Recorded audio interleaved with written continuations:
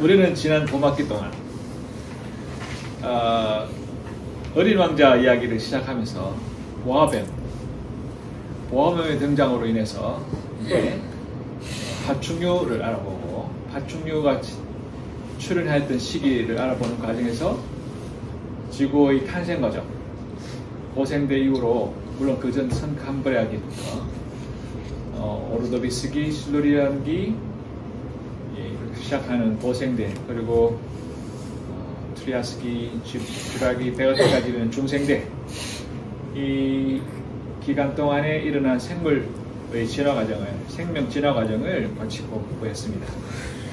각각 시대를 맡아서 9개의 고생대 6, 중생대 3개의 시기를 각각 잭수업의 학생 9명들이 맡아서 한 사람씩 조사하여 발표하는 시간을 갖게 되었습니다.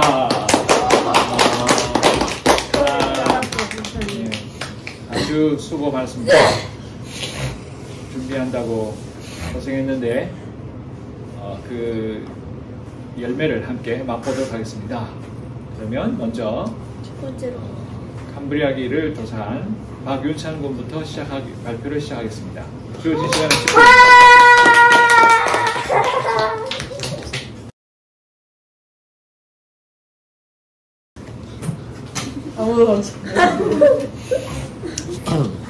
예, 안녕하세요. 저는 이번에 고생대의 문을 여는 고생대의 맨 처음 시기인 캄브리아기를 조사한 박윤찬이라고 하고요. 저는 이 캄브리아기에서 가장 중요한 사건은 아무래도 캄브리아기에 일어난 생물 대폭발이다 보니 그 생물 대폭발 사건 위주로 캄브리아기를 조사를 하게 됐습니다. 그러면 지금부터 시작하도록 하겠습니다. 캄브리아기에 일어난 가장 큰 사건은 바로 캄브리아기 생물 대폭발입니다. 캄브리아기 생물 대폭발은 캄브리아기의 다양한 종류의 동물 화석이 갑자기 대량 발생한 사건을 말하는데요. 이를 통해 캄브리아기에 수많은 생물이 새로 생겨났다고 추측해 볼 수 있습니다. 현대에 존재하는 거의 모든 생물의 문이 이때 생겨났거나 이때 생겨난 것에서 진화했다고 알려져 있습니다. 캄브리아기 이전에 존재했던 생물문은 2개뿐이며 그 이후에 생겨난 생물문은 1개뿐입니다. 캄브리아기 이전에는 생물문이 겨우 3개뿐이었지만 캄브리아기 생물 대폭발 이후에는 38개로 폭발적으로 증가한 것을 볼 수 있죠. 캄브리아기 이전에 존재하는 생물들은 대부분 단순한 형태였습니다. 하지만 대폭발 이후에는 삼엽충 같은 훨씬 더 복잡하고 다양한 형태의 생물들이 등장하면서 생물 다양성이 높아졌습니다. 이때 만들어진 생물들은 현재 존재하는 생물들과 비슷한 형태의 생태적 특징을 가지게 되었습니다. 대폭발 이전의 시대, 캄브리아기 대폭발 직전에는 최초의 다세포 생물인 에리아카라 동물군이 존재했는데 이들은 외골격도, 감각기관도 없는 말랑말랑한 외형을 가진 생명체들이었습니다. 이들은 바다를 떠다니는 유기물이나 해변에 붙어있는 플랑크톤 따위를 먹으며 살았습니다. 이때의 생태계는 포식자와 피식자가 존재하지 않으며 생존 경쟁도 존재하지 않았다고 합니다. 이 시기가 바로 원생후대의 마지막 시기 에디아카라기라고 합니다. 에디아카라기 이전에는 단세포 생물들이 대부분이었으며 다세포 생물이 있다고 해도 극소수에 불과했습니다. 그러나 6억 6천만 년 전에 마지막 대빙하기가 찾아오고 6억 3천만 년 전쯤에 빙하가 녹기 시작하며 대기 중 산소 농도가 급증했고 이때부터 오존층 형성이 시작되었습니다. 이런 에디아카라 생물군은 캄브리아기에 들어오면서 포식자와 피식자가 나뉘어지는 과정에서 아주 좋은 먹잇감으로 전락하고 말았습니다. 이런 이 아누말로카리스 같은 포식자들에게 외골격도 없어서 먹기도 좋고 공격성도 없어서 사냥하기도 편한 에디아카라 동물들은 아주 좋은 먹잇감이었을 뿐이니까요.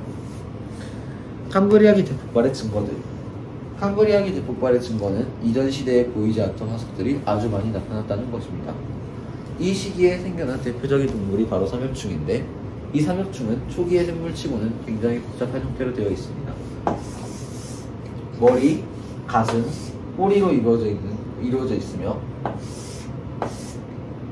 좌문, 좌엽, 중엽, 우엽 3개의 엽으로 이루어져 있어서 삼엽충이라고 불립니다. 현대의 절지동물과 굉장히 유사한 형태를 보이고 있는 것이죠. 이후 캄브리아기 이전인 원생후대 말 에디아카라기에도 이런 에디아카라 생물군이라는 생물들이 존재했음이 밝혀지면서 아무 조건도 없는 상태에서 갑자기 복잡한 생물이 등장한 것은 아니었다는 사실이 밝혀졌죠. 그렇다면 캄브리아기에 들어서서 왜 갑자기 생물의 형태가 다양하고 복잡해지기 시작했을까요? 그것은 이때 생태계에 서로 먹고 먹히는 관계, 즉 포식자와 피식자가 생겨났기 때문입니다. 위에서 말했듯 탄소 농도가 증가하며 생물 진화가 촉진되었고 더 많은 영양분을 흡수하기 위해 다른 생물을 잡아먹는 생물이 등장하기 시작했습니다. 피식자가 된 생물은 포식자로부터 자신을 보호하기 위해 외골격을 형성했고 포식자들은 피식자들을 잡아먹기 위해 눈과 공격 수단을 형성했습니다. 그 결과 외골격이 단단한 삼엽충이나 땅속에 숨는 생물들, 가시가 있는 할루키게니아, 그리고 최상위 포식자인 아노말로카리스 등이 태어나게 되었습니다. 캄브리아기 생물들, 삼엽충. 캄브리아기 하면 떠오르는 대표적인 생물이자 고생대의 마스코트격인 생물인 삼엽충은 단순히 하나의 종을 뜻하는 것이 아닌 삼엽충 강이라는 하나의 강입니다. 몸의 구조는 머리, 가슴, 꼬리로 나뉘며 좌엽, 중엽, 우엽의 3개의 엽으로 이루어져 있다고 하여 삼엽충이라고 불립니다.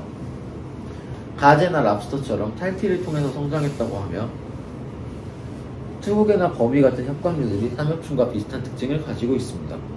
삼엽충의 외피는 굉장히 단단한데 그 아노말로카리스조차도 뚫지 못하는 무적의 갑옷이었다고 합니다.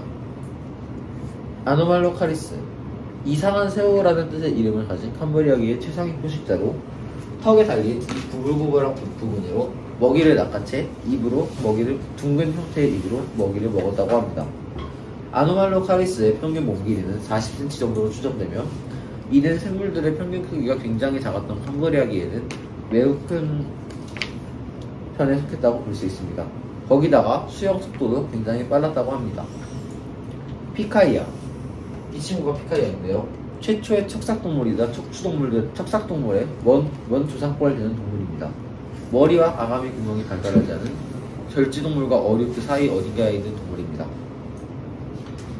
하이포이크티스, 최초의 척추동물이자 척추동물들의 원 조상벌 되는 동물, 그러니까 우리의 조상인 거죠. 그리고 동시에 모든 어류들의 직계 조상벌 되는 동물이기도 합니다. 원시적인 형태의 척추를 지녔고 연구에 따르면 암컷과 수컷이 한 몸이 자웅동체였을 가능성이 매우 높다고 합니다. 할루키게니아, 이 친구가 할루키게니아인데요. 기존의 생물들과는 굉장히 다른 형태를 지니고 있습니다.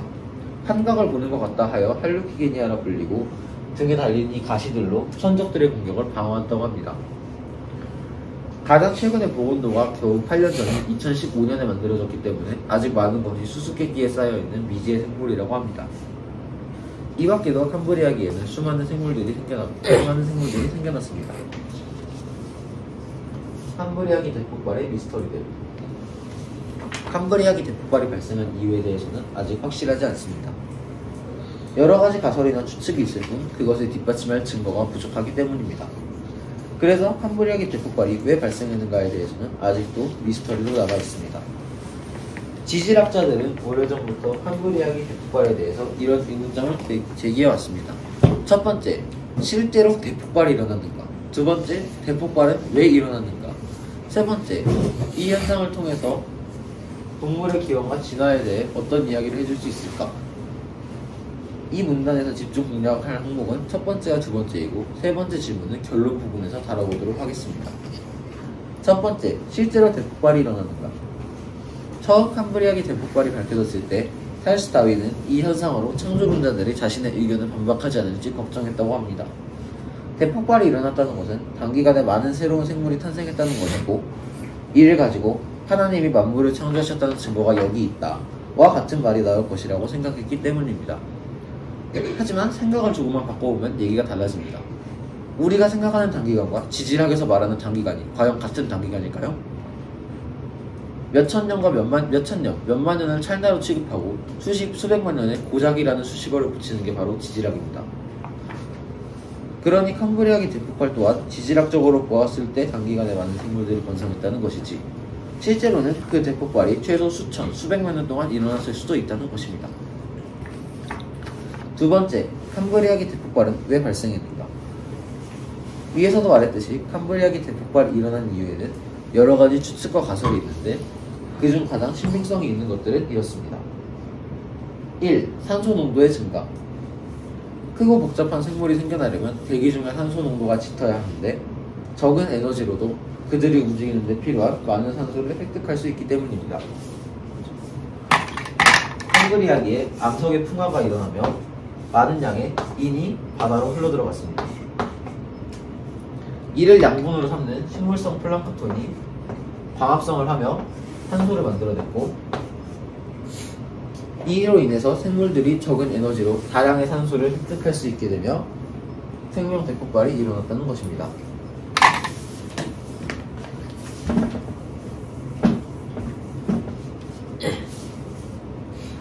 또한 캄브리아기의 산소 농도가 증가하며 동시에 오존의 양도 증가해 오존층이 형성되었을 것이라고 추측되는데 오존층이 해양 방사선과 자외선을 차단해주어 생물의 진화가 촉진되었고 그것이 캄브리아기 대폭발의 요인 중 하나였을 것이라는 의견도 있습니다. 2. 해수 중 칼슘 농도의 증가. 펑캄브리아기에서 현생 그대로 들어서는 시기에 바닷물 속의 칼슘 농도가 증가한 것으로 알려져 있는데 바닷속에서 화산 활동이 일어났거나 아니면 아까 전에 설명했던 암석의 풍화로 인해 인뿐만 아니라 칼슘들까지 같이 흘러들어오면서 해수 중 칼슘 농도가 증가했을 것이라고 추측됩니다. 칼슘은 생물의 뼈나 치아에 들어가는 중요한 원소이자 영양소로 동물의 골격 구조가 복잡할수록 필요한 칼슘의 양이 늘어납니다. 즉 바닷물의 칼슘 농도가 높아지면 해양 생물은 더 적은 에너지로 더 많은 양의 칼슘을 만들어낼 수 있다는 것이죠.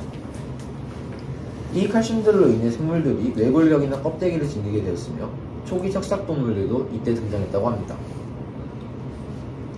3. 생태학적 원인. 생태에 의한 진화가 가속화되어 생물 대폭발이 일어났을 것이라는 가설입니다. 이 부분의 대표적인 원인으로는 눈의 발달을 꼽는데요. 원래 눈이 없던 생물들이 눈을 가지게 되면서 다른 사람들을 인식할 수 있게 됐지. 다른 생물들, 즉 빛을 인식할 수 있게 되었고 이렇게 빛을 인식하게 된 생물들이 유기물보다 더 영양가가 있는 다른 생물들을 잡아먹기 시작하면서 생태계에 생존 경쟁이 벌어졌고 그로 인해서 생물들의 진화가 가속화되었다는 것입니다. 5억 4천만 년 동안 지속되었고 현재도 계속되는 생물들의 길고 치열한 생존 경쟁이 바로 이때 시작되었다는 것이죠. 현재 가장 정설로 받아들여지는 것은 위에서 말했던 사건들이 모두 일어나면서 캄브리아기 생명 대폭발의 복합적인 요인으로 작용했다는 것입니다. 결론, 그리고 캄브리아기 대폭발의 의미. 생명 다양성이 폭발적으로 증가하는 것은 캄브리아기 이전에도 그리고 이후에도 일어났습니다. 시생무대에서 원생무대로 넘어가는 과정에서 핵막을 가진 단세포 생물이 핵막을 가진 다세포 생물로 변화하는 과정이 있었고 실루리안기에서 대분기로 넘어가는 과정에서 어류의 대방산이 일어났습니다. 또한 페른기말 대멸종 이후 파충류 등의 중생대 생물들의 대방산이 일어났죠. 하지만 이것들은 모두 특정 생물군에서만 일어났거나 아주 적은 수의 새로운 생물군만 생겨난 것입니다. 캄브리아기 대폭발의 진정한 이유는 이러한 대방산이 모든 종에서 전체적으로 일어났다는 것입니다. 이렇게 다양한 생물들이 대규모로 발생하고 급속도로 진화한 사례는 전에도 없고 이 이후에도 없습니다. 캄브리아기 대폭발은 생명이 넘쳐나는 지금의 지구를 있게 한 결정적인 사건인 것입니다. 이렇게 캄브리아기에는 수많은 생물들이 탄생했으며 지금 이 순간까지도 계속되고 있는 생물들의 생존 경쟁을 만들어냈습니다.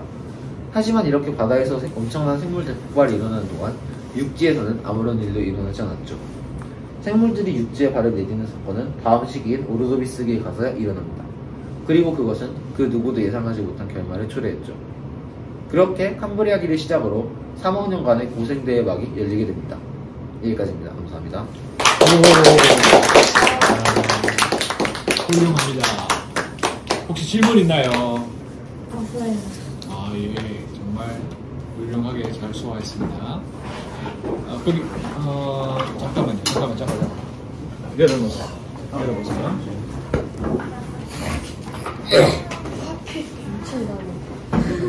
언니 퀄리티로 승부해요. 이길 거야. 그래 퀄리티로. 퀄리티로 카메라 장기가 근데.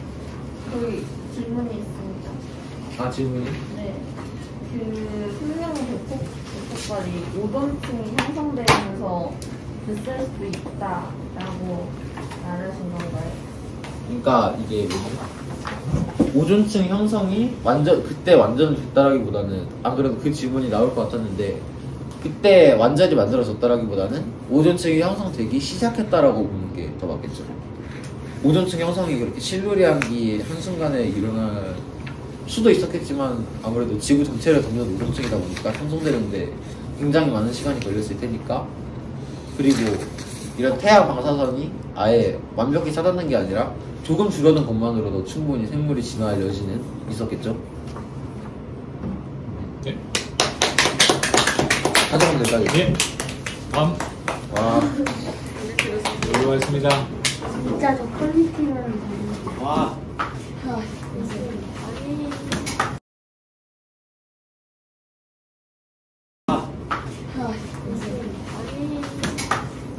이건 퀄리티로 승부한다. 퀄리티가 승부한다. 아니야, 왜 할 수 있어? 언니 잘했어.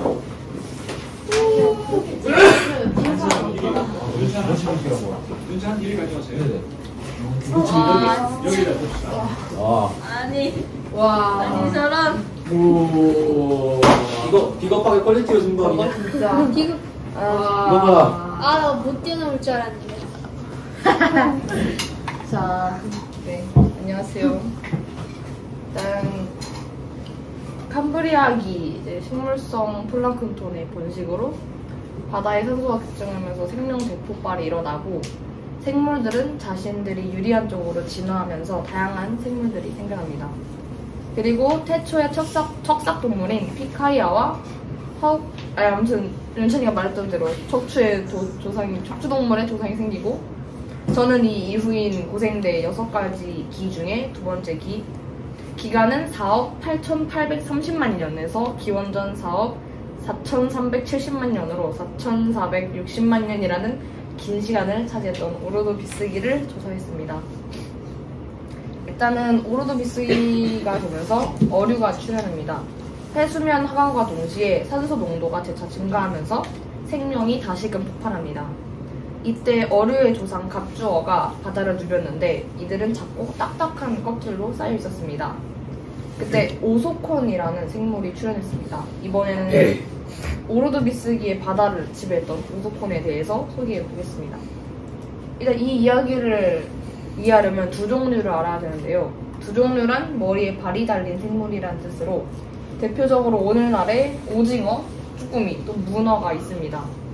두 종류는 또한 연체 동물이지만 단단한 껍데기로 몸을 보호하지 않는 점도 특이합니다.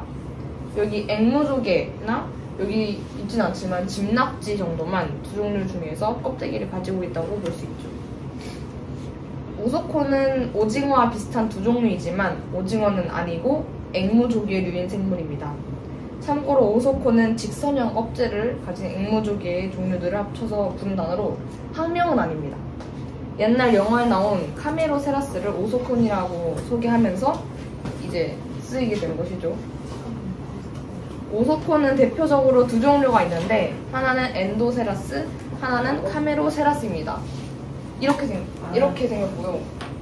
얘는 암모나이트로 오소콘이라고 부르진 않는 것 같아요. 엔도세라스는 15cm의 길이에서 180cm까지 크기가 천차만별입니다. 엔도세라스는 사벽충이나 고대 물고기를 먹고 살았습니다. 카메로세라스는 무려 자동차 2대 이상의 길이인 9m의 길이나 된다고 합니다. 그들은 지금의 오징어와는 다르게 머리와 저렇게 기다란 껍데기로 쌓여있는데 그 껍데기로 하여금 자신을 보호할 수 있었습니다. 카메로세라스는 그 당시 바다의 최강 포식자로서 사벽충과 고대 물고기는 물론이고 무려 2.5m 크기의 바다 전갈도 잡아먹었습니다. 하지만 이들도 멸종을 피할 수는 없었는데 카메로세라스는 오로도비스기 대멸종 때 모두 멸종했고 엔도세라스는 살아남기 위해 여러가지 방법으로 진화했는데 껍데기를 없애기도 하고 껍데기를 말아버리는 쪽으로도 진화했습니다. 그렇게 계속된 진화 끝에 현재는 오징어와 앵무조개로 하나의 조상에서 2개의 자손이 태어나게 되었고요. 그렇다면 오징어는 껍데기가 없어졌는데 왜 껍데기를 없애는 방향으로 진화했을까요? 이건 좀 옛날 바다에는 프레트로노세라스, 엔도세라스, 카메로세라스가 있었습니다.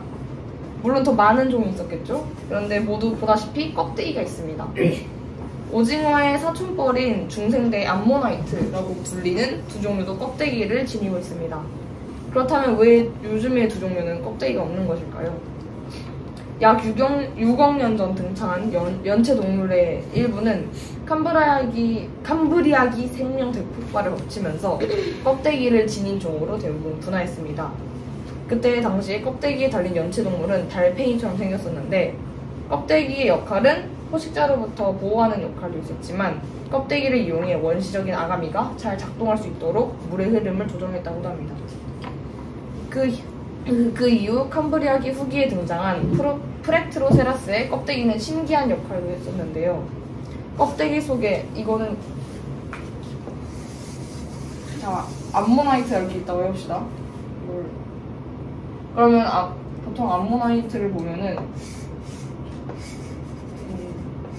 여기 각막이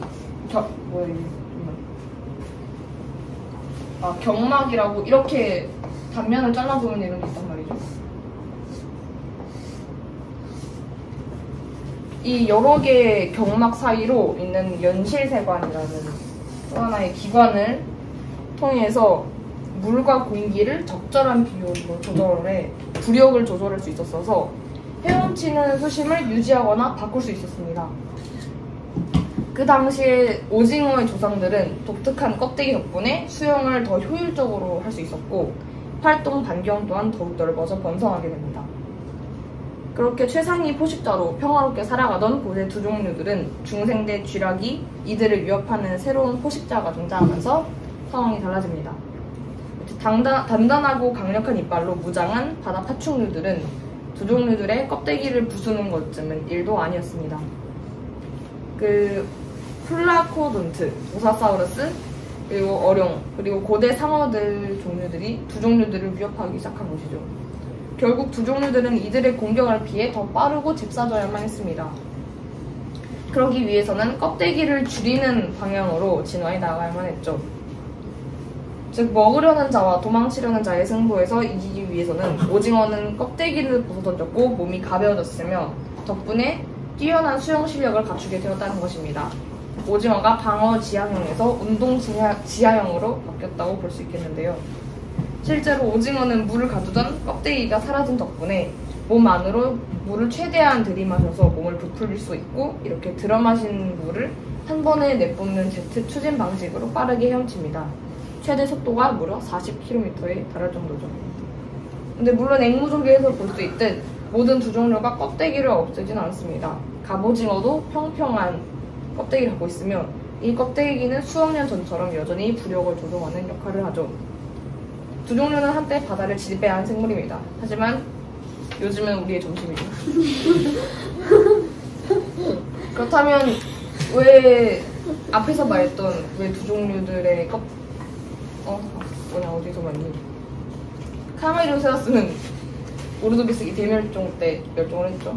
그렇다면 오르도비스기 대멸종은 왜 일어났을까요?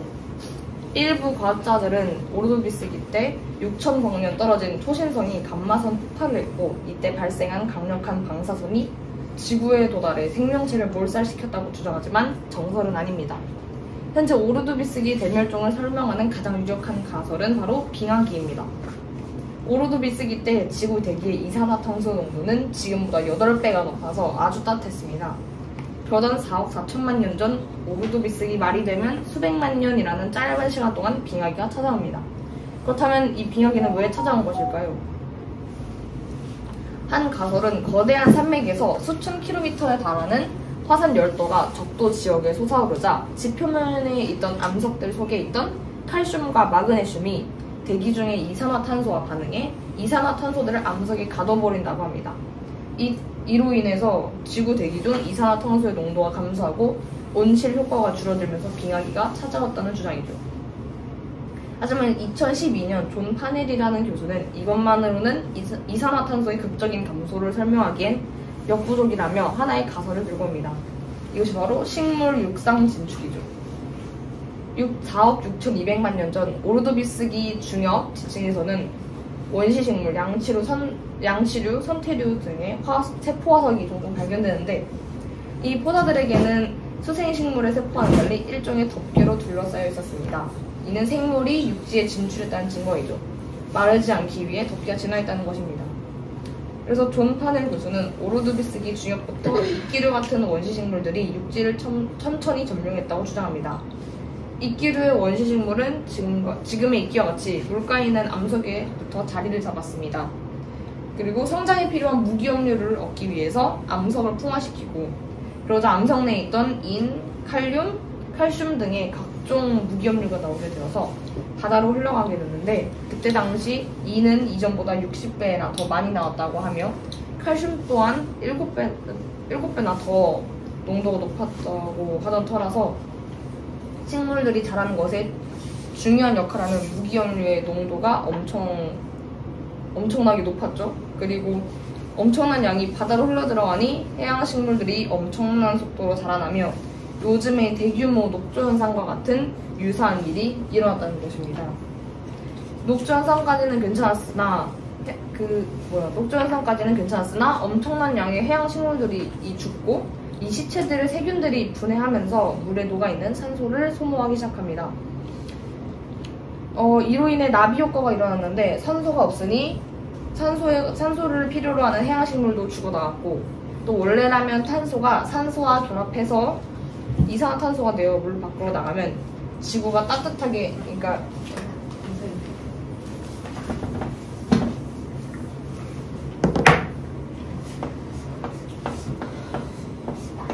산소와 탄소가 결합하면은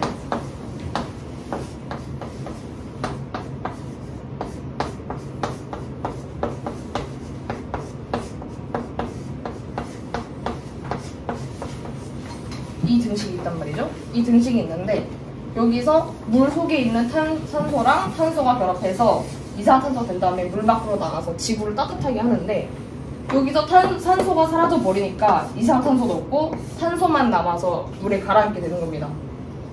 그렇게 되니까 이산화탄소의 감량으로 지구는 점점 추워져서 멸종이 가속화됩니다. 심지어 추워지면서 생기는 빙하 때문에 바다는 90m나 해수면이 하강하고 당시 대부분의 생물이 얕은 바다에 살았던 터라 상황은 악화됩니다. 그렇게 약 85%의 생물이 멸망합니다. 하지만 대멸종을 불러온 육상 식물들 덕분에 지구는 새로운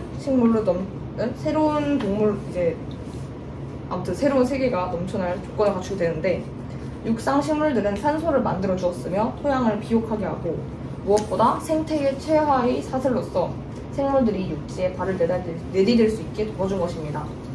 식물이 대멸종과 새로운 진화를 불러일으킨 것입니다. 그렇게 실루리아기에 접어들며 새로운 세계가 펼쳐집니다. 여기까지 오로도비스기를 조사한 윤승이었습니다. 수고하셨습니다. 와, 좋았습니다. 엔지니어링을 나도 무엇을 드시나요? 박수. 네, 안녕하세요. 저는 실루리아기를 조사한 실루리아기. 실루리아기는 오로도비스기 다음에 오는 고생대의 기입니다.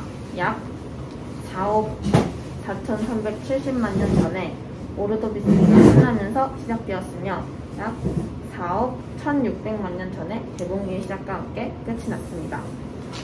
실루리아기에는 모두들 아시다시피 오존층이 형성되었는데요.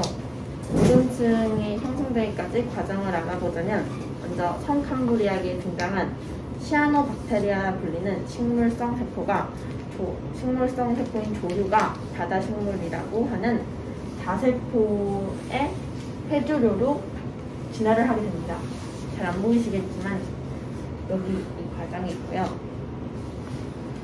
그렇게 이때까지만 해도 식물의 서식지는 바다 한정되었었는데 이와 같은 형태의 선태식물로 진화하게 되면서 물가나 물가에서 가까운 습지 지역으로 서식지를 넓혀가게 되었습니다.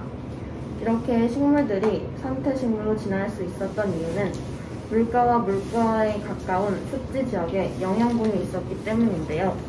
그 영양분은 바다에서 살다가 죽은 동식물들이 물살에 의해서 육지 쪽으로 떠밀려와서 육지에 쌓이게 되었다고 볼 수 있습니다.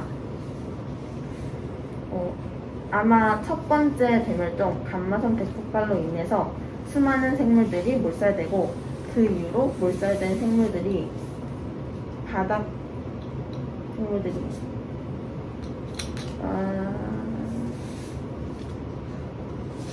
그 바닷가 쪽으로 떠밀려왔을 거라고 봅니다. 그리고 그 후 관다발 식물이 등장하게 되는데요.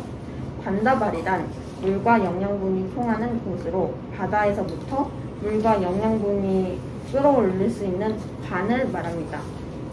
그 관으로 관다발 생물은 물과 영양분을 흡수할 수 있게 되었습니다. 그렇게 이 관다발을 통해서 육상으로 진출하게 됩니다. 이렇게 진출한 육상식물이 그 광합성을 하게 되면서 처음으로 산소가 제대로 생기게 됩니다. 네, 이렇게 생긴 육상식물은 광합성을 시작했고 그것으로 오존층이 생성되어 인간을 비롯한 모든 생명체들에게 많은 영향을 끼쳤습니다. 오존층은 태양 광성 중 생명체의 해로운 자외선을 95%에서 99% 정도 흡수하고 지구상의 인간과 동식물들의 생명을 보호하는 정의로운 보호막을 한다고 볼 수 있겠습니다. 하지만 산화수소와 이산화질소 등 화학 물질로 인해 지금 대기가 파괴되고 있다니 안타까운 일이죠. 이렇게 오존층이 생기게 되면서 최초의 육상생물이 출현하게 되었는데요. 절지동물들은 야행성으로 오존층이 완전하지 않아도 육지를 돌아다닐 수 있게 되었습니다. 최초의 출현으로는 우선 앞에서도 말했듯이 육상생물이 있는데 최초의 육상 관다발 생물은 푹소니아입니다. 여기 이렇게 길쭉하게 생긴 것이 푹소니아인데 푹소니아는 약 4억 2,500만 년 전에 번성하기 시작해서 그 호주의 고생물학자인 이사벨 클리프턴 톡슨에게서 유래되었다고 합니다. 그 외에도 또 다른 최초의 육상생물이라 불리는 것이 하나 더 있는데요. 바로 폴립남류입니다. 폴립남류는 양치식물문의 폴립삼강 또는 고사리 삼강식물의 총칭인데요. 현재로는 주로 열대 및 아열대 지방에서 자라며 우리나라 제주도 서귀표 지방에서도 자라고 있다고 합니다. 그리고 또한 실루리에기에 등장한 어류로는 산기어류가 있습니다. 산기어류는 여기 이 어두운 사진 이 녀석이고요.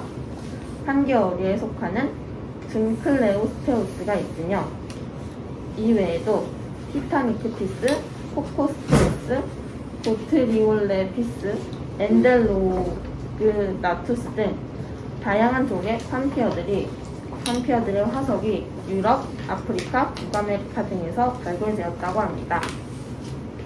그 외에도 극피동물 또한 있는데요. 극피동물은 해삼, 불가사리, 성게 같은 것들을 말합니다. 또한 갑주어류, 딱딱한 뼈를 가진 케팔라스티스가 등장합니다. 이 딱딱한 머리뼈를 가진 케팔라스티스가 있고요.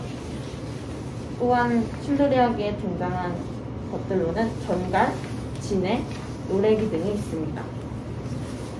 실루리안기에 번성한 그 외 다른 것들은 산호초, 바다정갈, 완종류가 있는데요. 완종류는 게맛살, 조개와 비슷하나 조개가 아닌 바닷속에 사는 생물입니다. 완종류. 네, 조개처럼 생겼어요. 또한 실루리안기에 대멸종이 있었던 걸 다들 아시나요? 실루리아기 말기에 해양생물의 약 23%가 멸종하는 일이 있었습니다. 수행성 충돌이나 화산 폭발들의 물리적 재해는 없었지만 무엇인지 모를 힘으로 인해서 해양생물의 5분의 1 이상이 멸종하게 되어서 지구 역사상 10대 대멸종 중 하나로 기록되었다고 합니다. 과학자들은 라우포즐레로스키 멸종이라고 이름을 붙인 후 이 미스터리 같은 사건을 연구했는데요. 이 원인은 광범위하고 급격한 대량의 산소 고갈로 밝혀졌습니다. 연구팀은 이 라우코즈로우스키 멸종가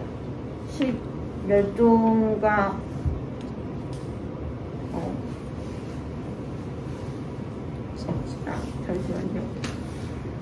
연구팀은 라트비아 및 스웨덴의 실루리아기 저층에서 동위원소 연구를 통해 이 시기 광범위한 산소 고갈의 증거를 발견했습니다.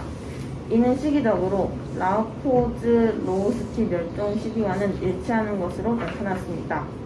과학자들은 이전 연구를 통해 이 시기에 이산화탄소 농도가 급격히 증가했다는 사실을 알아냈지만 연대 측정 결과로 멸종 사건보다 적었고 수십만 년 후에 발생한 사건으로 알려집니다.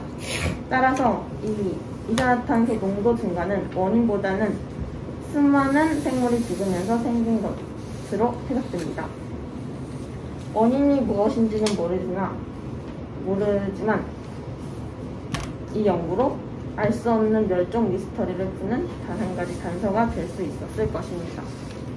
네, 여기까지가 제가 준비한 거고요. 앞에 두 사람이 너무 잘해서 아닙니다. 당신도 잘했습니다. 감사합니다. 수고하셨습니다. 질문 있나요 혹시? 예. 생물이 죽으면 이산화탄소 생겨요? 네. 생물이 죽으면 이산화탄소 없는가요? 네. 분해되는 과정에서 네? 아니 저도 잘 몰라요. 보면서 그러니까 하나의 추측일 뿐인데 이 생물이 죽고 나서 대량의 이산화탄소가 생겼다. 그래서 그 원인은 대멸종이 아닙니다. 그렇군요.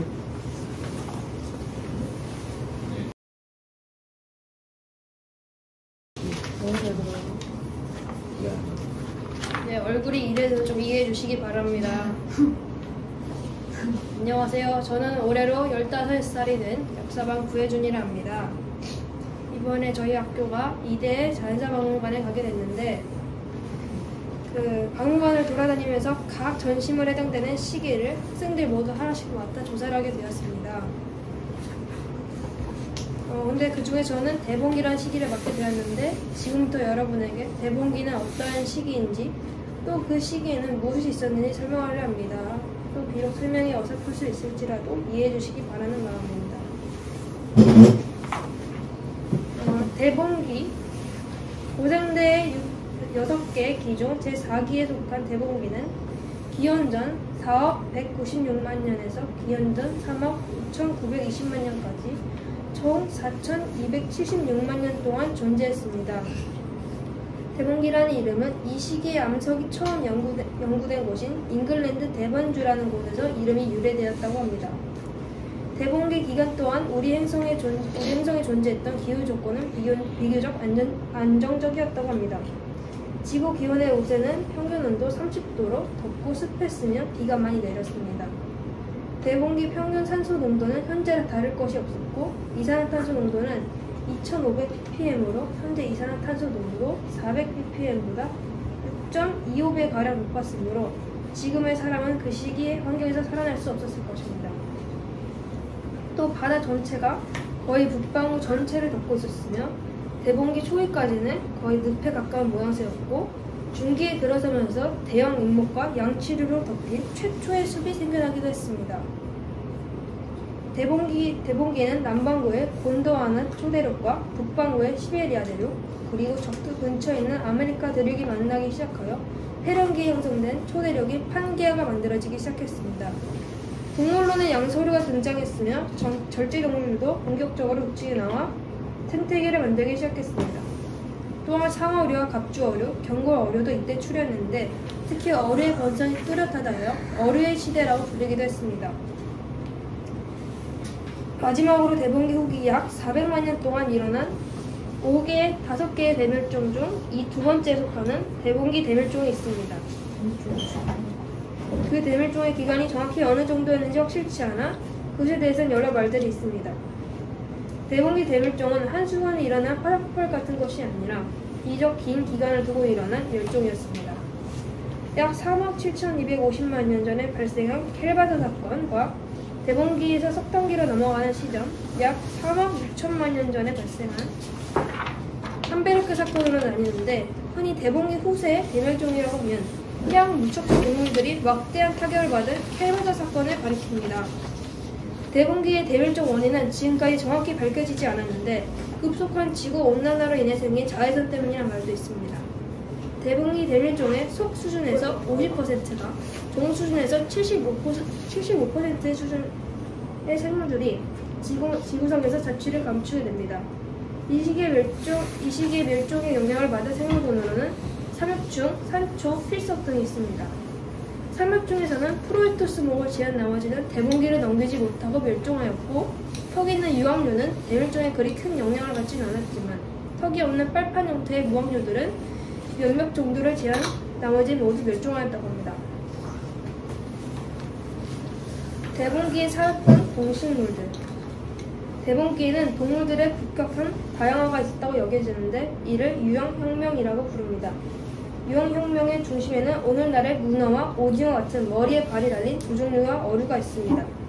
그만큼 대봉기에는 다양한 동식물들이 존재했다는 것입니다. 대봉기 또한 어류에 다리가 생겨서 달리기 시작했고, 육상에 올라와 양서류를 진화했으며 지금의 종과 같은 원시곤충, 육가강문, 거미가 육지에 생겨나기 시작했습니다. 거시식물은 건조한 육지로 뻗어나가면서 대살림을 형성했고, 또 바다에는 상어, 초이어류, 경고어류 등이 있었다고 합니다. 지금부터 대봉기에 살았던 동식물들을 보다 더 자세히 알아보도록 하겠습니다. 바다. 대봉기에는 암모노이가 처음으로 등장한 시기도 합니다. 지금 우리가 알고 있는 암모나이트의 머나먼 조상으로 알려져 있는 암모노이드는 박트리티드로부터 진화했습니다.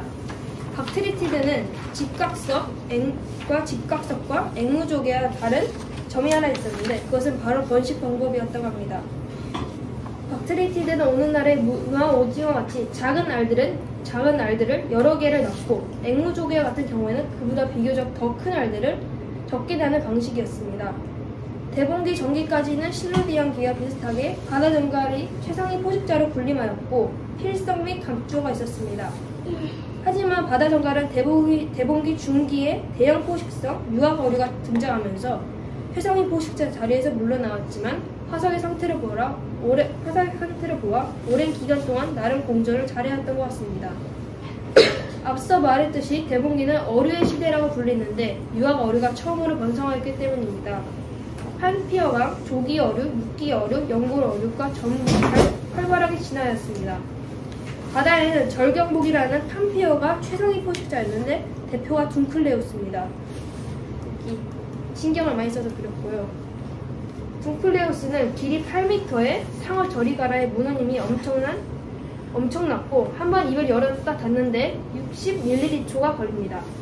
60ml초는 우리가 눈을 한번 감았다 깜빡이는 속도의 반입니다. 또한 치아 대신 턱과 연결된 이 형태의 뼈가 있었는데 이것이 치아 역할을 대신했습니다. 정말 그 시기 최강의 포식자로 불릴만했습니다. 영골어류 종류는 대봉기부터 여러 형태를 진화했는데 대체로 중형 포식자였습니다. 육기어류는 바닥 근처에서 매복을 하거나 조개를 부숴먹고 아직 두각을 제대로 드러내지 못한 조기어류는 대체로 빠른 소형어류 역할을 했습니다. 바다 아래는 페탈릭티드 및 동간목, 판피어가 서식했습니다. 하지만 민물 및 기수는 짠물과 민물의 경계, 얘는 이빨이 빽빽한 육기어류가 최상위 포식자였다고 합니다. 또 육지로 올라오기 시작한 특타알릭, 이코티오스테가 등의 원시 사직류가 있었고 조개류가 민물로 들어오면서 최초의 민물조기가 생겨났습니다. 육지 생태계는 실루리안기처럼 절지동물이 번성했습니다. 포식자로는 거미 비슷한 트리고노티르비드 및 전갈 및 진해가 있었고 노래기와 톡톡이 종류는 죽어서 땅에 떨어진 식물들을 먹었을 것입니다. 또 바다의 생물들이 육지로 나오면서 양서류를 진화했는데 이것을 시작으로 본격적으로 육상 생물들이 생겨나기 시작했습니다. 바닷속 물고기들이 육지로 올라갈 수 있었던 것은 지느러미가 발로 변형된 여기 그림이 지느러미가 발로 변형된 몇몇 물고기들이 땅 위로 올라가 걷기 시작하면서 운동의 진화를 얻었을 거랍니다. 놀라운 사실은 물고기들이 물 밖으로 나오기 전에 먼저 허파를 가졌다는 사실입니다. 여러 가능성 중 한 가지는 산소 소비입니다. 대봉기 초기에는 산소 농도가 낮아서 현재 산소의 농도와 2배 차이가 났을 것입니다. 물속보다는 공기 중에 산소가 더 많았을 것이고 척추 동물들은 활동적인 동물이라서 같은 크기의 무척추 동물들보다 많은 에너지와 힘이 필요했습니다. 대봉기의 시간이 지나면서 산소 농도가 높아져 티타닉과 같은 공기 중에 산소를 활용할 수 있는 활동적이고 큰 몸집을 가진 동물들을 위한 생태계 지위가 생겨나기 시작했습니다. 대봉기에 살았던 양서류들로는 아칸토스테가, 이시오스티가와 같은 것들이 있습니다.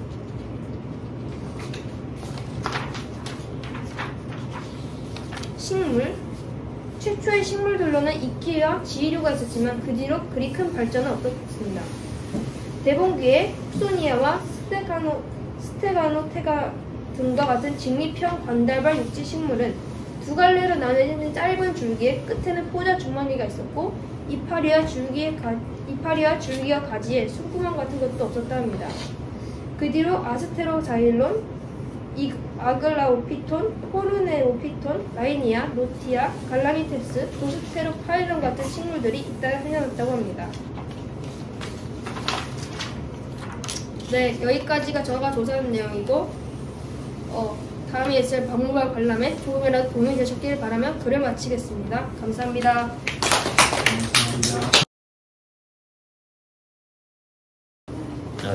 안녕하세요. 저는 고생대 5번째 기인 석탄기를 맡은 문소라고 합니다. 네, 석탄기는 대봉기가 끝난 3억 5,920만 년부터 2억 9,900만 년까지 총 6,020만 년 동안 이어진 시기입니다. 그리고 석탄기 기간 동안 첫 번째로 기온은 따뜻했습니다. 그리고 상당히 습기가 많았습니다. 그래서 많은 양의 생물이 지구 전체에 퍼져나갈 수 있었고, 따라서 정글이 생겨 다른 형태의 삶이 개발되고 다양화되었습니다. 이 기간이 시작되는 동안 온화한 기온 영향이 있었다고 믿어진다. 일부 전문가에 따르면 환경 온도는 약 20도였습니다. 석탄기 시대가 끝나면 지구에서 기온이 시동되었고 검수하여 약 12도에 도달했습니다. 결론적으로 석탄기 기간이 끝날 때 초기 기온은 초기보다 훨씬 추웠으며 기온을 7도 이상 낮췄습니다. 이로 인해 지구 환경에 심각한 영향을 미쳤습니다. 석탄기 환경은 나무가 처음으로 등장해서 육지에 대규모의 산림이 형성되어 대기 중 산소 농도가 증가했습니다. 바퀴벌레나 흰 개미 같은 나무를 파먹는 벌레와 버섯이 본격적으로 활동하기 이전이었고, 나무 껍데기를 분해할 수 있는 미생물도 지나치게 적었기 때문에 나무가 대부분 온전하게 기표에 퇴적되었고, 이 덕분에 석유가 아닌 석탄이 대규모로 생성될 수 있었다. 물론 석탄기에 생긴 석유도 있지만 대부분은 나무가 아닐 가능성이 높다. 기온이 높고 나무의 등장으로 산소 비율이 공기 3분의 1이나 돼서 메가네우라나 아트로플레우라와 같은 거대 절지동물이 돌아다니는 시기이기도 했다. 이때 비로소 곤충은 날개를 달았다. 이 시기에도 멸종사건은 2번 있었다. 대봉기에 이미 네발동물이 등장했는데 석탄기로 넘어가는 시점에서 약 1500만 년 동안 그 네발동물 화석이 발견되지 않는 시기가 존재한다. 이 시기를 미국의 고생물학자인 알프레드 셔우드 로머의 이름을 따서 로머의 구멍이라고 부른다. 또한 대멸종급은 아니지만 상당한 규모의 멸종은 1500만 년 전에 일어났다. 이는 석탄기 우림 붕괴라고 하며 원인은 고대륙 gond와나가 남쪽으로 이동하면서 빙하가 더 발달하고 이로 인해 짧지만 강렬한 빙하기가 도래하여 따뜻하고 습했던 기후가 더 추워지고 건조해진 기후변화였다. 이 결과 지구 전체에 퍼졌던 양치식물 우림들이 더 습한 계곡 같은 지역의 섬으로 파편화되었다가 냉각화 후에 온 지구온난화가 적응하지 못하고 전부 사라졌다. 높았던 산소 농도도 후기에 들어 낮아지면서 높은 산소에 맞춰 몸을 불렸던 거대 절지동물이 멸종하고 건조해진 기후에 적응하기 힘들었던 양서류들도 많은 종이 멸종했다. 그 빈자리는 양막류들이 장악하고 달라진 환경에 적응해서 초식과 육식동물이 처음으로 등장합니다. 석탄기 후기 미시시피기 또는 필라델피아기는 실제로 바다나리 최고의 전성기라고 불리며 다양성에 정점을 찍었다. 가시를 마구 발달시킨 카메리타를 비롯하여 무장과 유연성의 밸런스를 지킨 플렉시빌리아 껍데기를 간소화한 현대적인 바다나리 클라나드가 완성하였다. 이 전성기는 석탄기 후기에 깨지고 바다나리는 이후 평생 동안 미제 시절을 그리워하며 다양성은 계속 감소하고 성게는 오르도비스기에 나타났으나 대봉기까지는 종류가 극히 적고 화석도 거의 나오지 않는다. 석탄기를 기점으로 연필 성게 종류가 처음 나타나 사슴 생태계에서 비중을 늘려가기 시작했다. 완종류는 이때 프로두티드라는 종류가 나타나서 엄청나게 번성했다. 이들은 표면에 수많은 가시가 달린 종류로 이 가시를 통해 포식자들로부터 몸을 보호함과 동시에 모래에 잠기지 않게 가시로 무게를 분산시키게 된다. 석탄기에 등장하여 전설을 만들 생물로는 방추충입니다. 방추충은 동물이 아닌 유궁충이라는 단세포 생물의 하나로 추 모양의 섭해질 껍데기를 드립니다.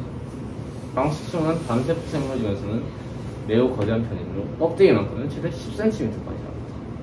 석탄기의 방추충은 대체로 둥근 모양이며 크기는 작아 1cm 이하입니다. 석탄기는 거대 곤충의 시대로 유명하다. 실제로 메가네브라, 아트로플레브라, 호모이톱테라, 풀모노스포르피우스 등 여러 종류의 육상 절지동물이 수십 cm를 아우르는 크기로 자랐다. 그러나 석탄기를 거대 곤충의 시대로만 여기면 절지동물 진화서에 대해 놓치는 사실들이 너무 많다. 산소 농도가 높았던 석탄기에도 대부분의 곤충은 매우 작았다는 사실이다. 석탄기는 지금이든 절지동물은 자랄 수 있는 크기가 제한적이기도 했지만 오히려 이 작은 크기는 생존에 엄청난 이점으로 작용한다.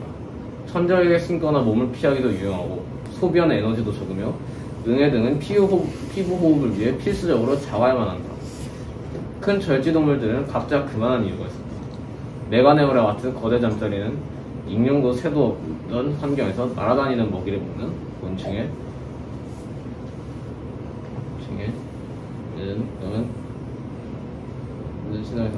곤충의 최상위 포식자였기에 큰 것이 이해가 된다.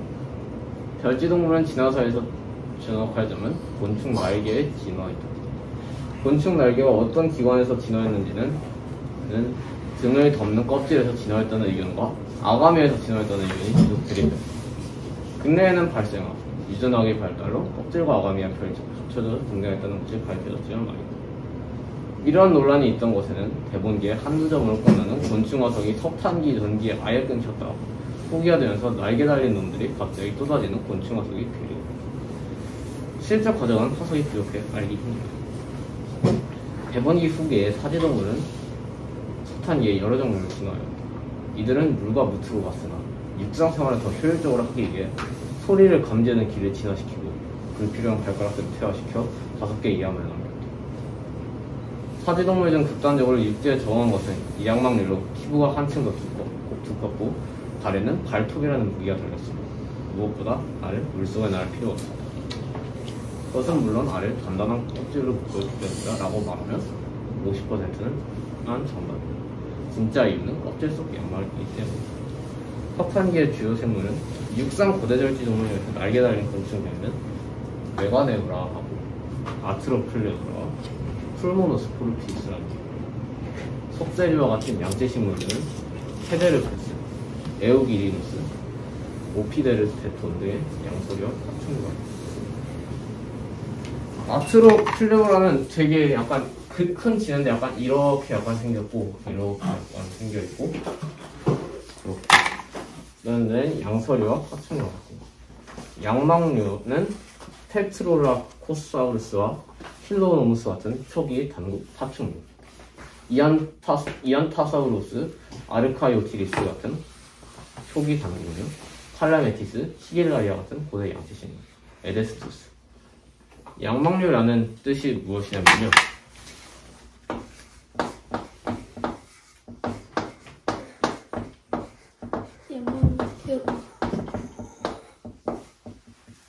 것은 발생 때 양막이 생깁니다.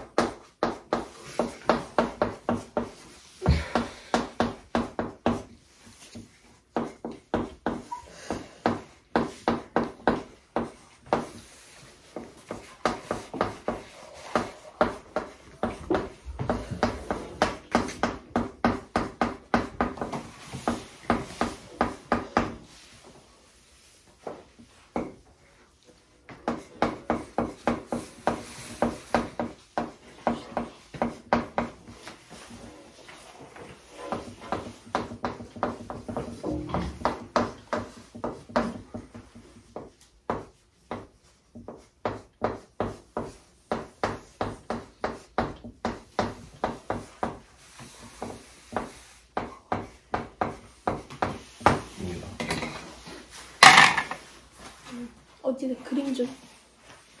그림이 있는데 이게 그림이 되게 복잡하고 그리기가 어렵고 네 그렇고 그 채관부라는 것, 그 양치식물은 꽃도 씨앗도 만들지 않는 관다발 식물, 목질부와 채관부를 지닌 식물의 일종이다. 관다발, 민꽃식물 또는 은화식물이자 칭한다. 대신 포자를 뿌려서 생식을 한다. 채관부는 식물에서 영양분이다.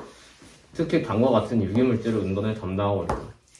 채관부 중에는 이 외에도 채관부 유조직이나 채관부 섬유가 있으며 거치식물의 채관에는 그 기능을 돕는 반세포가 부수적으로 존재한다. 이와 같이 채관부도 물관부와 마찬가지로 여러 개의 구성요소로 이루어진 복조직의 하나이다. 한편 채관세포의 위, 아래 벽에는 많은 채공이 있어 이곳의 원형질이 연락되는데 이 부분을 채판이라고 합니다. 채관은 양치식물, 거치식물, 속시식물들의 모든 관다발 식물에 존재한다. 네가네오라가 이런 겁니다. 약간 잠자리와 비슷하죠. 똑같은데 잠자리가? 네가네오라의 형태는 잠자리에 유사합니다. 근데 다른 목에 속했으며 날개편 크기가 약 50에서 70cm 정도 됩니다. 물론 75cm라고 하기도 합니다. 아르트로플레오라가 이거고 그 밑에가 네, 아르트로플레오라는 석탄기 상기에서 페른기 초기까지 오늘날의 북아메리카 동부와 스코틀랜드에 서식한 거대한 노래기다. 눈길이가 0.3m에서 되게 크면은 2.63m에 달했으며 이는 유사일에 발견된 무척추 동물 중 최대 크기이다. 주 먹이는 양치식물의 포자로 생각되면 포식성이었다. 이 밑에가 바다나리인데요. 이 바다나리 제가 찾아보니까 살아있는 화석이라고도 막 불린다고 합니다. 바다나리는 바다나리강에 속하는 극피동물의 통칭이다. 극피동물 중 가장 원시적인 것으로서 얕은 연안에서도 발견되지만 9,000m 깊이의 심해에서도 존재한다는 사실이 확인되었습니다. 9,000m냐? 예, 제가 조사한 석탄기가 여기까지고요. 앞에 네 사람이 워낙 잘했고 이 때문에 저는 뭐 잘할 것 같진 않은 것 같아요. 근데 잘했으면 수고해. 감사합니다. 페른기의 가장 유명한 사건이 대멸종이다 보니 생물에 대해서는 조금 부족한 면이 있습니다. 그래도 잘 들어주세요. 우선 페른기는 영어로는 페르미안 피어리어드고 페른기는 고생대의 마지막 시기 기간은 기원전 2억 9,900만 년부터 기원전 2억 5천만 년까지 총 4,900만 년이며 페른기라는 이름은 러시아의 도시 페름에서 유래했습니다. 페른기는 초대적인 판계역에 형성되어 이전과는 다른 지구 환경이 만들어졌습니다. 초대륙의 내륙에는 건조기후대가 형성되었으며 이는 당시의 육상식물과 동물의 진화에 커다란 영향을 미쳤습니다. 페른기 말에는 지구 역사상 가장 큰 규모의 대량 멸종이 일어났으며 페른기 이후에는 중생대 트라이아스기로 이어집니다. 이렇게 페른기에 대해 간단히 설명을 해보았고요. 이제부터는 본격적으로 페른기에 대해 알아보도록 하겠습니다. 먼저 지질사인데 페른기의 해수면은 현재보다 낮았으며 단일 대륙으로 거의 이루어져 있었습니다. 이 크고 아름다운 초대륙을 판게아라고 부르며 더불어 초대형 판탈라사가 출현했습니다. 대부분의 해양생물들은 얕은 바다에서 살고 있었는데 후에 대륙이 이동하면서 혹은 다른 이유로 많은 해양생물들이 멸종한 것으로 보입니다. 자, 이게 판게아고요. 이렇게 대륙이 하나다 보니까 나머지 바다도 하나일 텐데 그 바다 이름이 판탈라사입니다. 그리고 뭐라고요? 판탈라사예요. 한번 써주세요.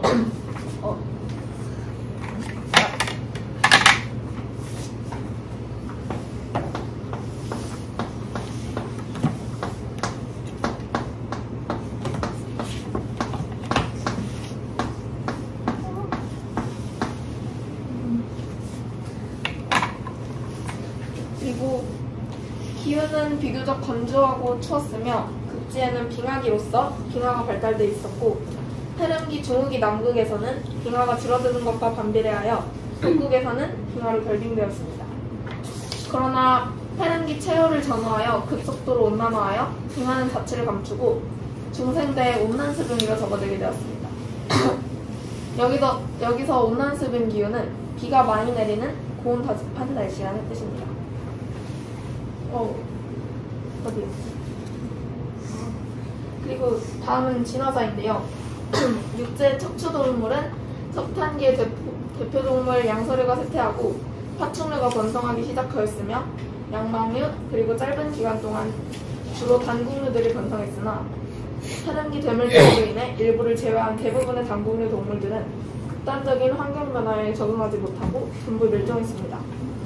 또한 바다에는 석탄기에도 그랬듯 연골 어류들이 석탄기보다는 그 수가 줄었으나 여전히 크게 번성했는데 덩어리만한 크기의 작은 무리가 지어다니는 동물부터 12m 정도에 육박하는 현재까지 알려진 고생물 최대 생물로 추정되는 파라헬리코프리온에 이르기까지 엄청난 다양성을 자랑했습니다. 얘가 파라헬리코프리온인데 뭐요? 파라헬리코프리온이요. 헬리콥터? 헬리코프리. 나 이거 봤어. 나 한번 적어주세요. 아, 뭔가 중요한 것 같은데. 나 이거 치아 이거 봤는데 약간 암모나이트처럼 생겼다. 그렇게 중요하진 않은데. 중요하진 않나요? 왠지 눈에 익숙한 것들이 많네요. 여기 페른기에는. 다 앞에 나왔던 애들이 있어서. 헬리코프리온. 네, 파라헬리코프리온은 생대 페른기 전기부터 중기까지 살았던 연골 어류의 일종으로 속명은 그리스어로 나선형 톱이라는 뜻입니다. 나선형 톱인 이유가 여기 입을 보면 입이 여기 톱 모양처럼 이렇게 튀어나와 있어서 그래서 잘 보이게 한번 그려보고. 아, 그림은 안 돼요. 나중에 보세요. 자, 그 다음 주요 대표 생물에 대해 이야기해보겠습니다. 페른기를 통해 전반적으로 양치생물은 쇠퇴하였고 부가식물이 다양한 종류로 분화하면서 양치식물을 대체하였습니다. 하지만 남반구에서는 양치식물의 일종인 글로소프테리스 속이 번성하여 양치식물의 명맥을 유지하고 있었습니다. 페른기 동안에는 식물의 번성으로 인해 곤충도 번성하였고 노린제목이 출현하였으며 드래곤플라이라고 불리는 거대한 잠자리도 당시에 번성하였습니다. 여기서 글로소프테리스가 무엇이냐면 글로소프테리스는 고생대 후기부터 중생대 초기에 판게아 대륙에 번성하였던 식물군을 말합니다. 글로소프테리스의 입은 모양이 길쭉하고 둥글게 생겼습니다. 또 이제 페른기 동안 육상을 지배했던 동물은 단국류와 용국류인데요. 도마뱀과 유사한 외모의 디메트로도는 대표적인 단국류로 페른기에 번성하였습니다. 디메트로도는 공룡의 일종이나 공룡의 조상으로 일컬어져 왔으나 사실 포유류에 더 가깝습니다.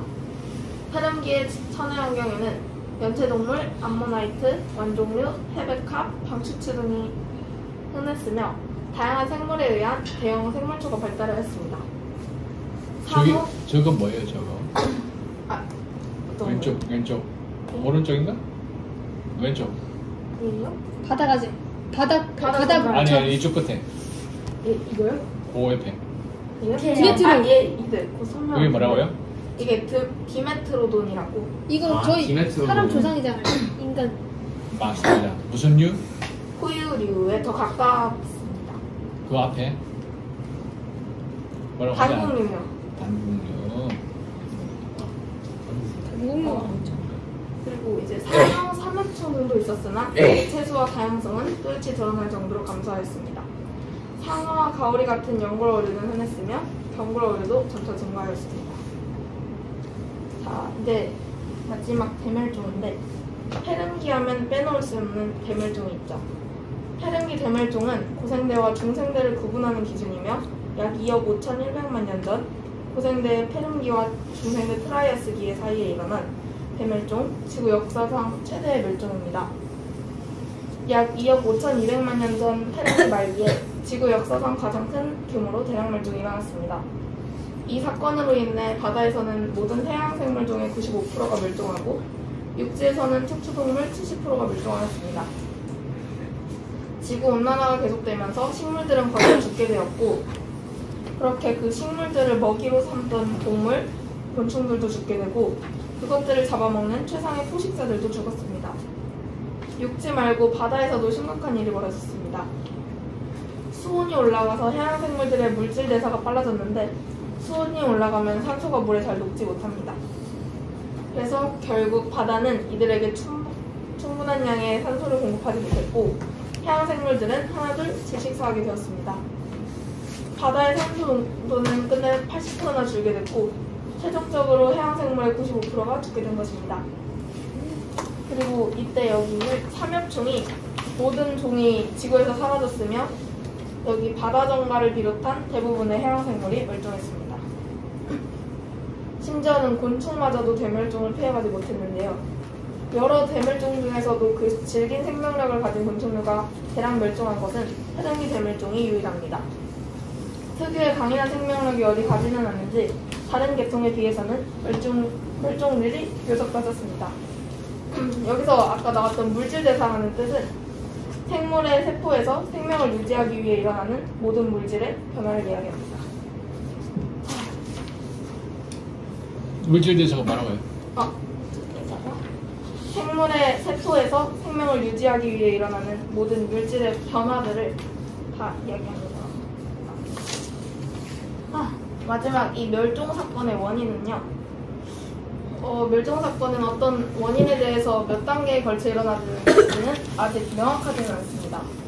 멸종 사건의 단계에 대해서는 단번에 일어났다, 두세 차례에 걸쳐 일어났다는 주장까지 되게 다양하고 대량 멸종의 원인에 대해서도 운석과의 충돌, 대규모 화산활동, 반복적인 석탄, 혹은 가스, 화재 및 폭발 등과 같이 이보다도 훨씬 많은 다양한 가설들이 제시되어 있습니다. 그러나 밝혀진 것도 몇 가지 있긴 합니다. 당시 아까 말했던 초대륙 판게아에서 대규모 화산 폭발이 일어났습니다. 그 흔적의 일부는 현재도 시베리아의 광대한 영암원이 되어 남아있다고 합니다. 그 면적이 한반도 면적의 9배인 약 200만 제곱킬로미터에 이른다고 합니다. 그리고 이게 아까 전에 제가 방추층을 그린 건데 원래 여기 있으면 안 되고 이쪽에 그려야 되는데 잘못 그렸고 얘는 다 멸종한 바다 정갈이고 삼엽충도 대멸종에만 이때만 멸종했다고 합니다. 자, 이렇게 저희 표현기 조사는 끝이 났습니다. 지금까지 들려주셔서 감사합니다.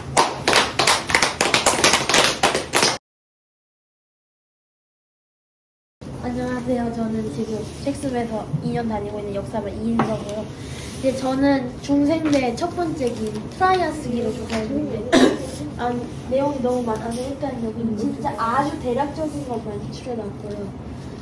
일단 트라이아스기는 전기, 중기, 후기로 나누고 거기서 또 7가지 몇 가지인지 7가지 인더스절, 올레네크절, 아니수스절, 나딘절, 카닉절, 요리절, 레티아절로 나누는데 원래는 이 생물들까지 다 얘기를 하려고 했는데 시간이 없어가지고 오늘은 이 카닉절에 일어난 카르니안절 우기 사건에 대해서 좀 더 깊게 얘기합니다.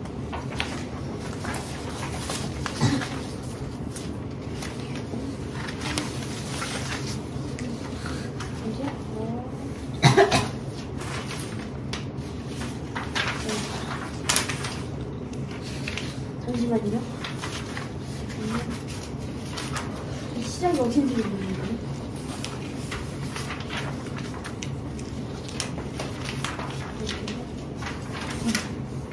이렇게. 됐다.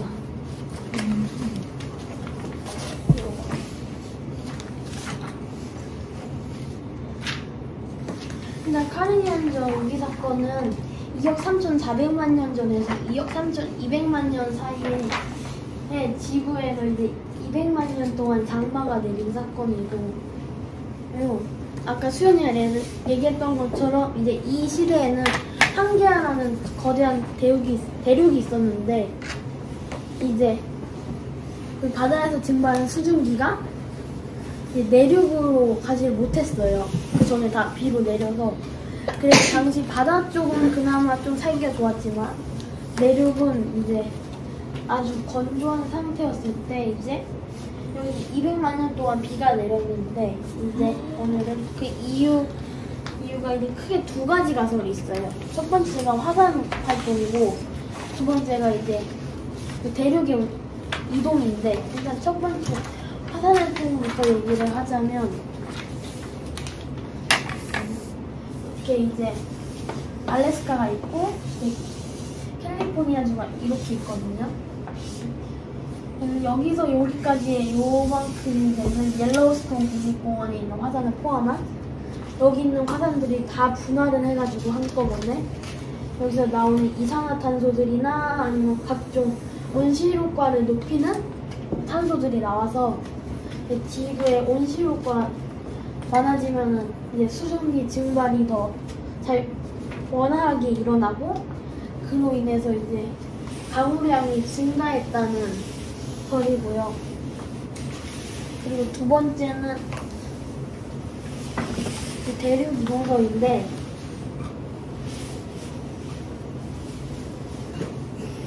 키메리안이라는 이제 판이 있었어요 옛날에. 무슨?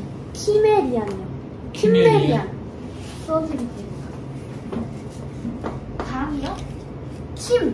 그러니까 킴메리안이라는 뭐가 있었다? 강이요? 그러니까 판 대륙판.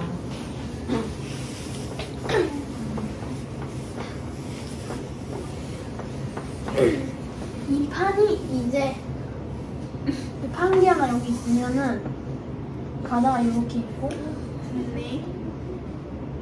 판기가 이렇게 있으면 여기서 이렇게 위로 이동했는데 판이 여기서 이제 얘가 카자흐스탄이 판이 이제 카자흐스탄이 있는데 인도 있는 데가 이제 여기 판이 붙어 있어요. 그리고 이제 얘가 이렇게 가니까 이렇게 이동을 하다 보면은 여기 바다가 하나 있었어요. 이제 이름이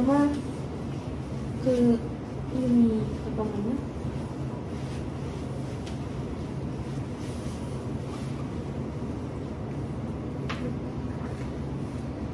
인도의 이동을 말하는 거 아니 같은데요? 인도는 아니고 이제 중국하고 말레이시아 같은 동남미 국가들이 다 동남아시아 국가들이 다 뭉쳤던 판이었대요.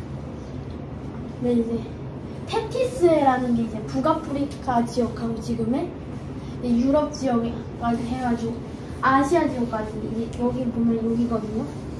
여기 있었는데 얘가 이렇게 올라가면서 텐티스해가 신테티스하고 구테티스해로 나눠졌는데 이제 여기서 이제 수증기가 이렇게 생겨요. 수증기가 생기고 여기서 수증기가 생기고 그래서 얘는 이렇게 이동하는데 커다란 산맥이 있으면 구름이 이동을 못 하잖아요. 그러니까 여기서 걔가 점점 해서 커져가지고 이제 대륙으로 이렇게 들어왔다는 설이 두 번째 설입니다. 그래서 이제 이렇게 200만 년 동안 비가 와가지고 강수량이 많아지면 이제 식물의 키가 커지잖아요. 그래서 이제 단종류 대부분이 다 멸종하고 단공류는 대부분이 이렇게 생겼잖아요. 여기 단공류는 이렇게 생겼는데 공룡은 이렇게 생겼잖아요. 뭐라고 선생님이 있잖아요. 이렇게 생겼잖아요.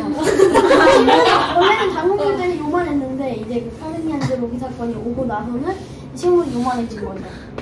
그러니까 얘는 이걸 먹지를 못하는 거죠. 얘는 먹이 경쟁에서 이제 불리해지면서 자연스럽게 도태가 되고 이제 공룡 신났다 하고 공룡 세상이 됐고요. 그리고 이제 여기서 익룡이 나오는데 익룡이 지금 익룡이라고 생각하면 이제 백악기 시대 나온 프테라노돈 같이 날개가 막으로 쌓여 있는 누가 봐도 이렇게 이런 식으로 생긴 이렇게 익룡도 있잖아요. 손가락 말고 이렇게 꼬리 있는 비행기 아니야? 이렇게 생겼는데 이때 익룡은 뭐라고 해야 이렇게 생겼거든요. 살짝 도마뱀에다가 날개를 종이떼기 뒷다리에다가 붙는 뭐라 하던데 이름이 뒷다리에 종이 다리가 붙은 이렇게 이름은 우리 그 영상에서 나오지 않았나요? 뒷다리에 날개 붙은 날. 그 니콜라스는? 네 나와요. 모릅니다. 저는 기억이 안 나요. 이름이 기억이 안 나는데 또 신기해가지고 엄마한테 텔테이로사우루스예요. 맞아, 그랬던 것 같다. 난안 봤어. 그런 익룡류들이 이제 나타나기 시작했고 이제 여기서부터는 이제 육식 공룡들도 나타나는데 이때만 해도 아직 공룡은 크게 굉장히 작았어요. 그다음 이제 이 카르니안절이 공룡에 이렇게 보면은 크기 이렇게 발전에 되게 큰 영향을 준 거잖아요. 이게 어느 정도 차이냐면 이 카르니안절 우기 사건이 일어나기 전에는 전체 동물 수에서 공룡이 차지하는 비율이 6%였대요. 근데 이거 끝나니까 90배가 증가해서 96%. 이렇게 증가해요. 그러면 이제 공룡들의 세상이 되면서 트라이아스기는 끝나고 이제 쥐라기가 왔습니다. 이 쥐라기는 태연이가 설명해 줄 거예요. 끝났나요? 수고했습니다. 어이구야. 이야, 멋있다. 우와! 잘했네. 야, 진짜 멋있다. 저 티라노 내가 났는데 그때. 저는 쥐라기를 맡았고 이제부터 그 쥐라기에 대해서 얘기해 보도록 하겠습니다. 쥐라기는 중생대의 두 번째 시기로 2억 년 전부터 이제 1억 4,500년 전까지 쭉 됐고요. 그러니까 쥐라기의 환경은 지금이랑 많이 달랐습니다. 평균 기온이 높았고 일단 땅에도 정글만 있었다고 하고 겨울은 존재하지 않았다고 합니다. 쥐라기 시대에는 여러 생물이 살아왔습니다. 땅이 따뜻했어가지고 이제 생물들이 살기 좋은 그런 때여가지고 되게 선물들이 많이 살았습니다. 이런 쥐라기 시대에 나타난 그 생물은 이제 공룡이 있고요. 공룡은 이제 트라이아스기부터 나타나가지고 이제 백악기 때 멸종한 동물이고요. 쥐라기란 백악기 때 되게 전성했었고 이제 인문의 사건으로 이제 백악기 때 멸종을 하게 됩니다.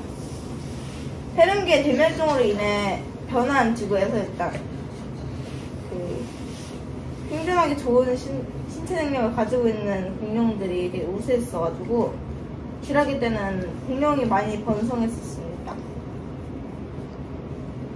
쥐라기 때도 여러 공룡이 있었는데 그 중에서 많이 번성한 공룡 되게 많이 그때 당시 많이 있었던 그런 공룡들을 좀 설명해 보도록 하겠습니다.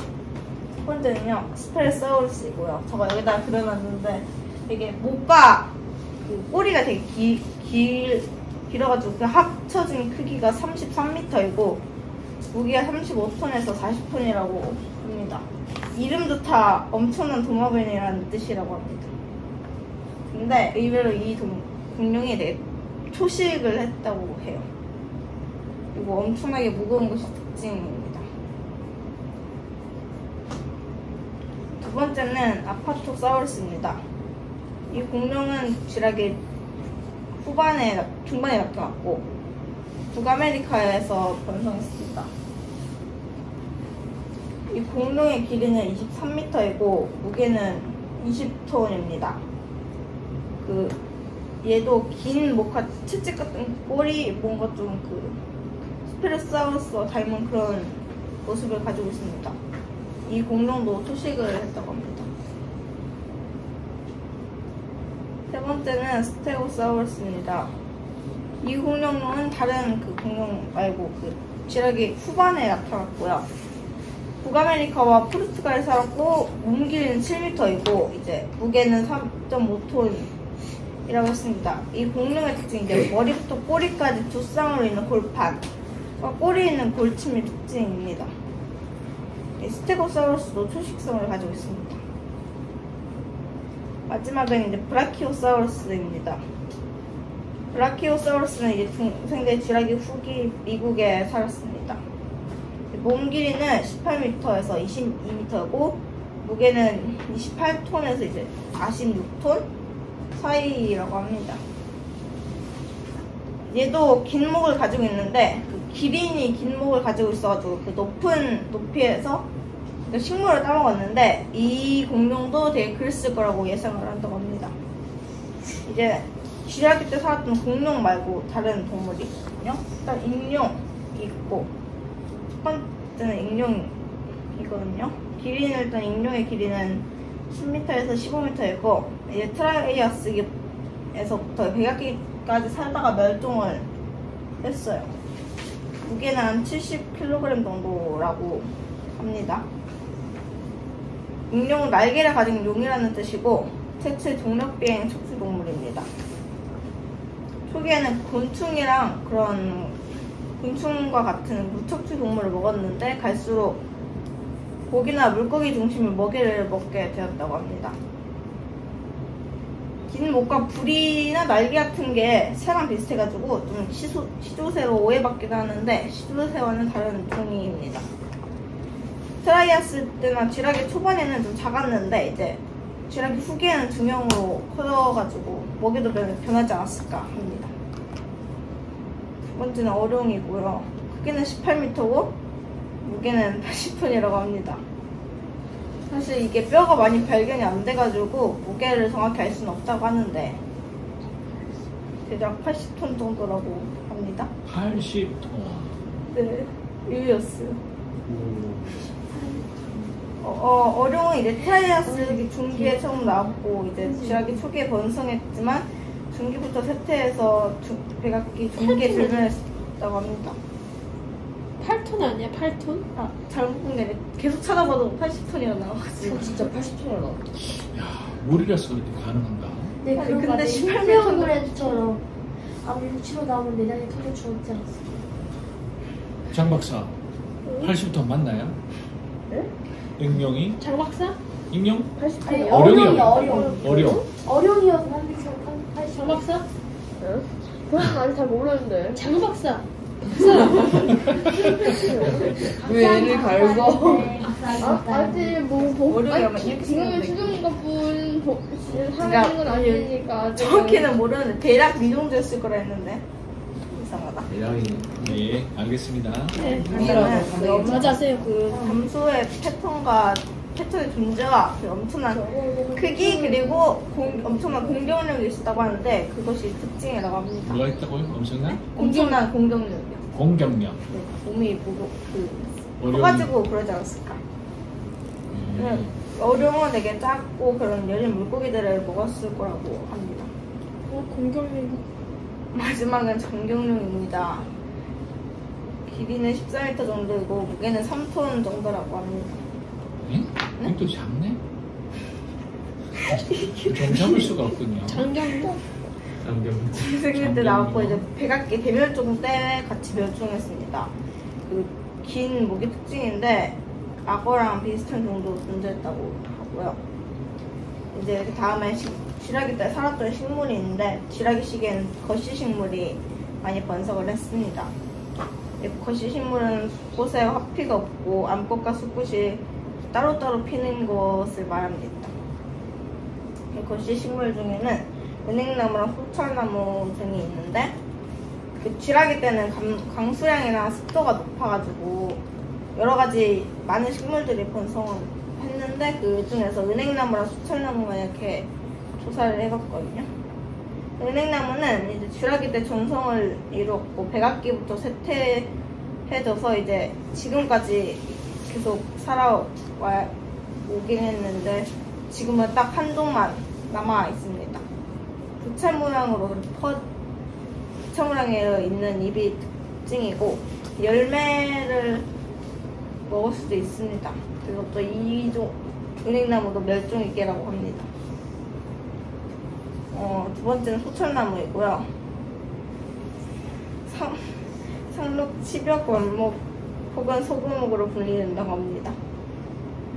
쥐라기와 백악기 때 이제 초식 공룡들이 자주 먹었고 그렇게 먹혔다고 합니다. 네, 160종이 남아가지고 한 종만 남은 그 은행나무보다 종은 많이 있는데 이 소철나무도 되게 멸종위기에 놓여 있다고 합니다. 소철나무가 이렇게 생겼습니다. 그림이 좀 엉망이긴 한데. 그리고 지라기 때 판게아 이동이 조금 있었는데 판게아는 고생대에서 중생대 초기까지 쓰던 초대륙이고 저번에 아까 전에 그 페른기아 때 하긴 했는데 처음에 이걸 이렇게 움직였다라고 한 사람이 베게너라는 사람인데 그 사람은 이제 달의 조성력과 지구 자전의 원심력에 의해서 여러 조각으로 이렇게 다 분리됐을 거라고 주장을 했습니다.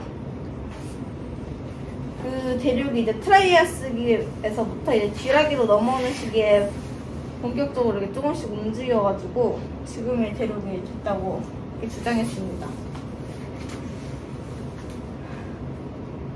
한참 남았는데 조사가 다 끝났거든요. 끝났나요? 네. 저 밑에 저 그림 뭐예요? 얘가 판기아 대륙을 대충 이렇게 그린 판기아 거고요. 대륙이고요. 저 노란 꽃은 뭐지? 이거는 은행나무의 그 이파리랑 부분이고 촬영 그린 거 얘는 스페르서스 그리고 얘는 어려운 걸 그린 그림입니다. 수고했어요. 네. 자, 대각계조사한 작품입니다. 일단은 백악기는 일단 주라기가 깨난 지 1억 3,500만 년 전부터 6,000만 년. 아니 여기는 근데 이거는 그냥 사실 필요 없는 건데요. 그러면 필요 없어? 아니 그게 아니라 이거 필요 없대. 그냥 이거 그냥 인터넷에서 일단 쓴 건데 뭐 이게 뜨는 거 저거 일본 대나봐. 제목 같은 거 많이 없어. 총 7,900만 년 시간을 가지면서 중생대 가장 오래된 시간 그러면서 지금까지 있던 역사 첫 캄브리아기 다음으로 가장 긴 시대 백악기에 있습니다. 일단 백악기에는 일단은 뭐 대표 공룡들도 있지만 대륙 대표 공룡들 중에서 일단 티라노사우루스 고등 안에 티라노사우루스는 일단 북아메리카에 있는 대표 공룡이고 그리고 그 아래쪽에 있는 아메리카에 있는 기가노토사우루스라는 공룡이고 그리고 아시아에는 그 옛날에 그 어떤 공룡 영화에서 나왔던 그 타르보사우루스 그리고 또 유럽에는 이구아노돈이 있고 아프리카에는 스피노사우루스가 있습니다. 그리고 일단 티라노사우루스나 기가노토사우루스, 타르보사우루스 같은 공룡들은 수강용이고 두 발로 걸어다니면서 대부분 육식공룡이다. 하지만 테리지노사우루스 같은 초식공룡도 포함되고요. 그리고 격돌용류는 일단 파키페팔로사우루스가 일단 대표이고 뭐 일단은 머리뼈가 일단 두꺼운 공룡인데 박치기를 형성한다는 의견이 있긴 하지만 의외로 약하다는 증거도 그런 과학자들도 있고 뭐 조각류는 뭐 이구아노돈 뭐 딱히 뭐 별 특징은 없지만 뭐 일단 두 발로 걸어다니는 초식공룡이다. 가끔은 네 발 걸어다니는 것 같고 그리고 개종류는 일단은 안키로사우루스나 이런 애들이 일단 대표고 일단 뭐 갑옷은 일단 입었고 뭐 가끔 안키로사우루스 같은 어떤 레벨종은 꼬리에 뭐 뼈가 있어서 그걸 무게로 쓰고 용광류는 일단은 뭐 쥐라기 있던 그 브라키오사우루스 것처럼 못 낀 공룡입니다. 그리고 각종류는 뭐 트리케라톱스처럼 뭐 뿔이 있는 애들도 있고 뭐 머리 뒤에 뭐 약간 뭐 피부 같은 것도 있는 애가 있습니다. 그 발표할 때만큼은 마스크를 벗는 게 어떨까요? 잘 안 들려서. 그리고 뭐 일단 백악기 해양 파충류에는 일단 뭐 오소사울수류랑 그리고 그 수정용류가 이렇게 있는데 얼룡은 쥐약에서 멸망했고 일단 모사사우루스류에는 일단은 뭐 모사사우루스 그리고 뭐 크로사우루스는 지금 일단은 그렇고 몇 명이고 크로노사우루스, 에리스모사우루스 같은 애들은 뭐 수정이동인데 크로노사우루스 같은 경우에는 뭐 보통 뭐 수정용 하면 대충 다 그게요. 일단 이렇게 있고 뭐 이렇게 해서 뭐 이렇게 뭐 행긴인데 근데 크로노사우루스는 걔랑 다르게 일단은 이렇게 긴 목이 없고 뭐 긴 목과 작은 입이 없고 이렇게 큰 입을 가졌다고 해요. 악어처럼 보이나요? 모사사우루스. 저번에 말했던 그 어디가? 그쪽이 어디야? 그리고 뭐 백악기 인종은 일단 누구나 알다시피 프테라노돈이 일단 제일 대표고 백악기 중에서 제일 큰 인종은 일단 케타코 알테누스라고 날개 전체 다 피면 12m나 된다고 하고 그 외에도 오르니토케이루스랑 로토카테루스 뭐 이런 애들 등등등 있고요. 그리고 백악기 친구는 일단 좀 이해는 어려운 애들 좀 많은데 아르키프롭토스, 체카노프스키아, 테로필로, 니페알레아,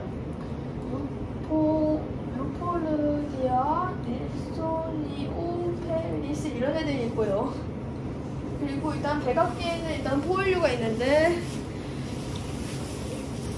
제펜소, 마코스, 제골로데스, 비쇼스, 크리토파파스 뭐 등등 있는데 뭐 백악기는 뭐 포일류가 작은데 어떤 포일류들은 약간 육식성이고 백악기에도 뭐 약간 곤충들도 좀 있었는데 일단 시카도 뭐 이렇게 그리고 산사마치스,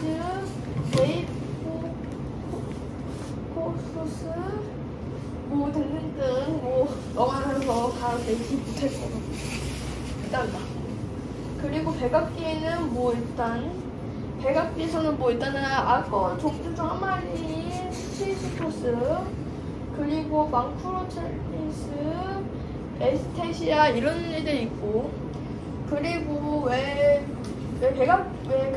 공룡들 시대가 왜 끊었는지는 일단은 뭐 제가 일단 인터넷에서 일단은 두 개 일단 알았는데 일단 첫 번째는 일단 운석 충돌설 이건 눈 알고 두 번째 그리고 제가 인터넷에서 한 개는 해성 충동설입니다. 일단 운석 충동설은 누구나 알다시피 운석이 지구에 멕시코 쪽에 떨어지면서 그때 튀긴 일단 그림을 해볼게요. 여기 일단 멕시코가 있다 해요. 여기 일단 운석이 떨어졌는데 이때 튀긴 먼지들이 태양빛을 이렇게 튕겨내면서 지구인의 빙하기가 찾아오면서 멸종을 따는 이런 말인데 근데 이상한 것은 포유류, 조류, 파충류 이런 애들 멸종을 따랐다는 거고 해성 충동선은 뭐 음식 충동선이랑 비슷해 보이지만 다른 거예요. 일단은 지구에 일단 오존층이 있는데 해성이 오존층을 부수면서 그쪽으로 뭐 자외선, 방사선 등이 뚫고 공들이 멸종한다는 이런 설립니다. 운석은 먼지고 희성은 오존층 부수는 거야? 오존층이 부서지면 거기서 막 자외선이나 그런 게 막 오래 걸리고 다시 만드는 거가 자연적으로 만들어야 된다고 엄청 그러면 어렵다. 저기 백악기를 만들면 제 자기 정도 애들은 다시 만들면 끝났나요? 네, 이제 끝났습니다. 우와. 와. 잘했습니다. 이거 어떻게 유경이랑 조사자하고 뭐 식물 조사자하고 뭐 하는 걸 알게 됐거든요. 뭐라고 다시 말해주세요. 이 조사하면서 되게 이제 공룡에 대해서 그러니까 쥐라기가 거의 공룡들 많아가지고 공룡 조사를 했거든요. 네. 그래가지고 그것 덕분에 공룡을 별로 안 좋아했는데 이제 좀 흥미가 생겼어요. 재밌더라고요. 아유 다행입니다. 되게 근데 보통 공룡은 초등학교 남자아이들이 흥분하는 종류 아닙니까? 그런데 이제 단지 특정한 연령층의 특정한 성별이 좋아하는 게 아니라 우리가 꼭 알아둬야 할 지구의 생명 진화 과정에서 나타난 것이고, 또 저기에도 공룡은 물론 우리 직접 조상은 아니지만 그러나 공룡을 통해서 디메트로돈 조상. 디메트로돈, 그 수국류, 단국류 맞죠?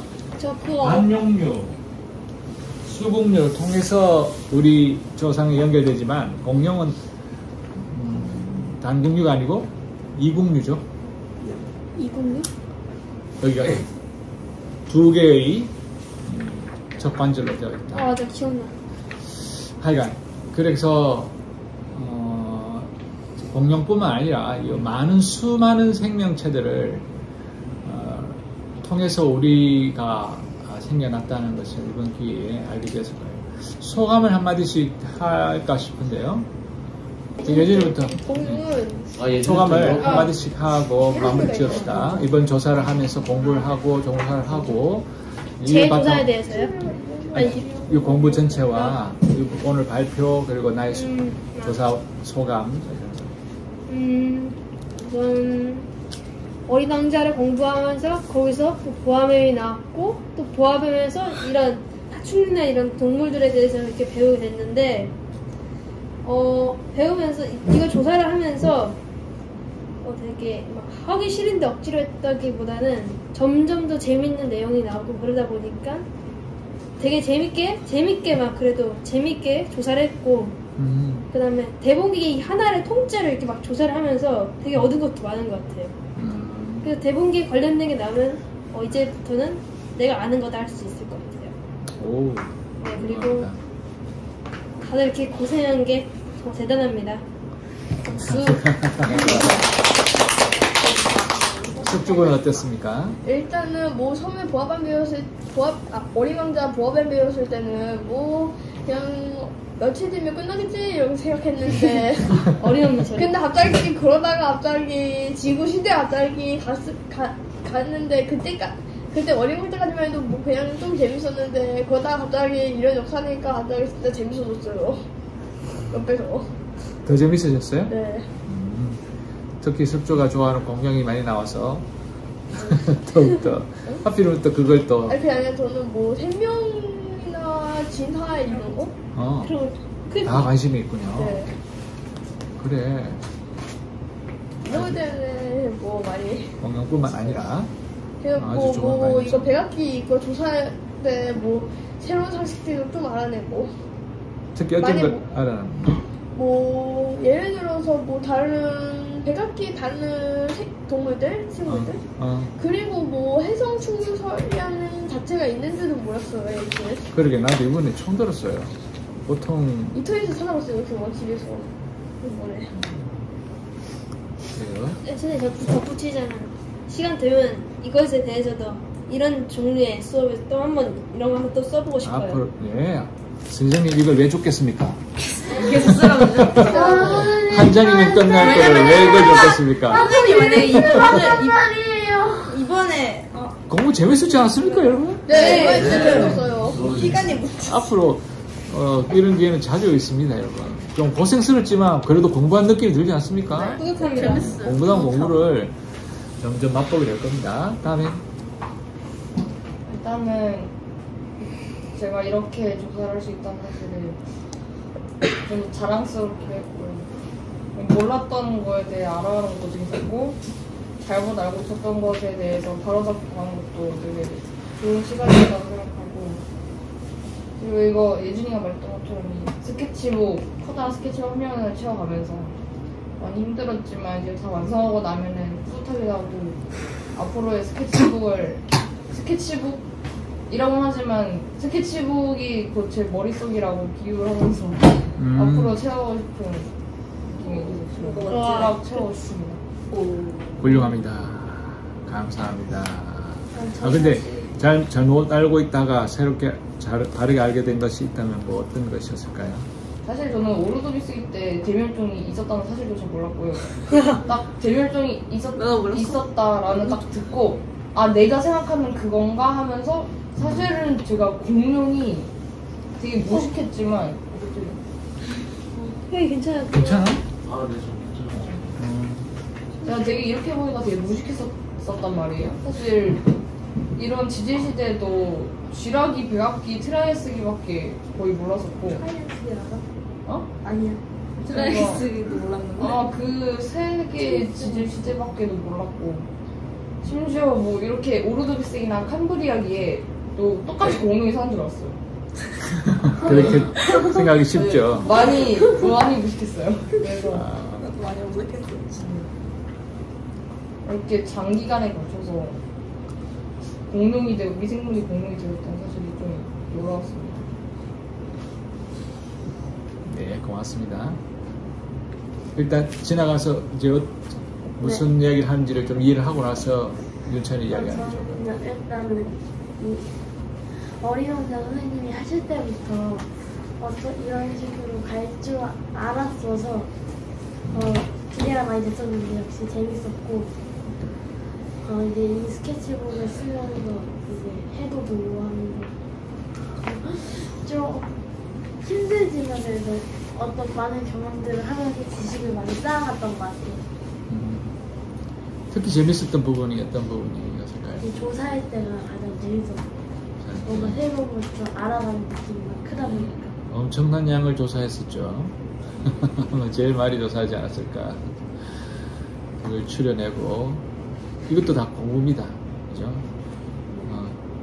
그 중에서 중요하다 싶은 것을 딱 집어내서 그것에 집중하는 거죠. 이게 처음에는 이렇게 전체를 다 훑어본 다음에 이 부분이 중요하구나 딱 집중해서 딱 구조적으로 설명해내는 것이 또 중요한 공부 과정입니다. 수연.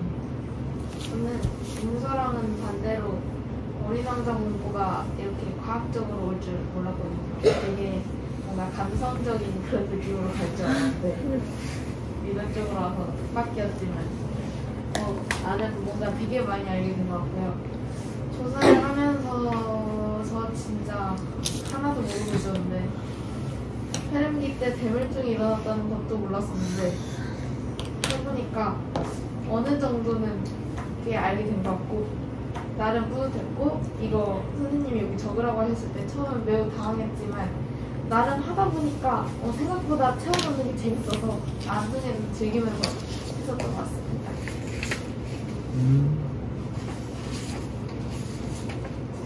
어떤 부분이 힘들었어요? 힘든 점은 딱히 없었고? 사실 과학을 잘 거의 못 봤었고 잘 못하기 때문에 좀 그냥 수업이 전체적으로 어려울 때가 있었는데 집에서 아빠한테 도와달라고 해서 같이 연습하고 하면서 하니까 조금씩 이해가 되고 있습니다. 네. 요즘 아마 온 집안이 다 같이 공부하고 있는 중이 아닐까 싶어요. 부모님들과 갖고 이야기하는 중에. 그런가요? 저희 그렇지 부모님이요? 않나요? 저희 부모님이 제가 한번 읽어주시긴 했는데 뭐라 하셨냐면 너무 어렵다 이랬어요. 내가 좀 쉽게 해라 좀. 저도 그 얘기를 하면은 뭔 말인지 이해 못하겠다고. 그러시구나. 저는 엄마가 제가 5시에 잔지도 몰라요. 뭐라 다시? 5시에 잔지도 몰라요. 관심이 없어요. 그래요. 엄마는 제가 그렇게 어려운 걸 배울 줄은 엄마가 몰랐대요. 사실 지금 거의 대학교 한 1학년, 2학년 어떤 거는 한 박사과정, 대학원 과정의 공부가 아닐까 할 정도로 내용이 깊이 들어가 있는데 선생님이 왜 이렇게 어려운 공부를 여러분에게 하게 할까요? 대학교 가서 편해요. 다시? 대학교 가서 편해요. 뭐라고요? 대학교 가서 편해요. 대학교가 편하다고. 아주 편해요. 선생님은 또 왜 이렇게 어렵게 공부를 할까요? 어려운 내용으로 공부를 할까요? 어려운 성장을 편해요. 성장. 지금 사실 중학교 대부분 다 중학생이죠. 중학교에서 배우는 것 이상을 하거든요, 지금. 근데 해보니까 물론 처음엔 어려웠지만 영 뭐 못 알아들을 건 아니지 않습니까? 네. 할 수 있습니다. 사실 여러분 사춘기고 청소년기 이때 머리는 거의 성인의 머리나 다름이 없어요. 앞으로도 발전하겠지만 그래서 이때 조금 어렵고 구조적으로 잘 체계적으로 갖춰진 것을 탁 집중적으로 공부하면 머리가 확 발전합니다. 내 구조가 순식간에 한 단계 딱 뛰어넘을 수 있어요. 그 머리로 다른 공부를 할 수 있는 겁니다. 단지 지금 이것만 공부하는 게 의미가 있는 게 아니에요. 이런 그리고 어려운 용어들도 많이 배우지 않습니까?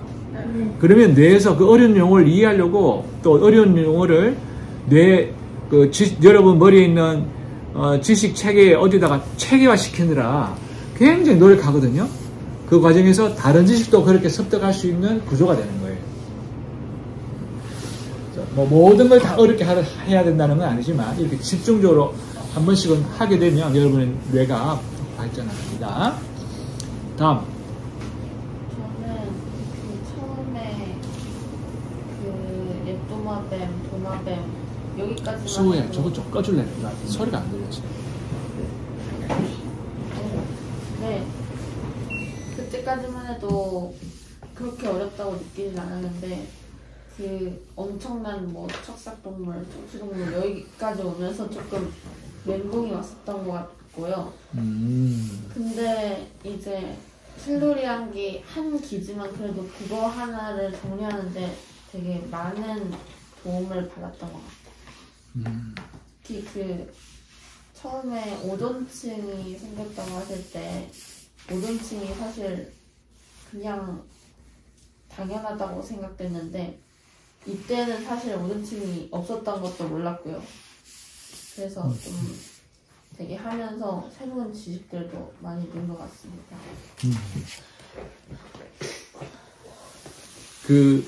선생님이 이야기 나온 김에 만약 여러분에게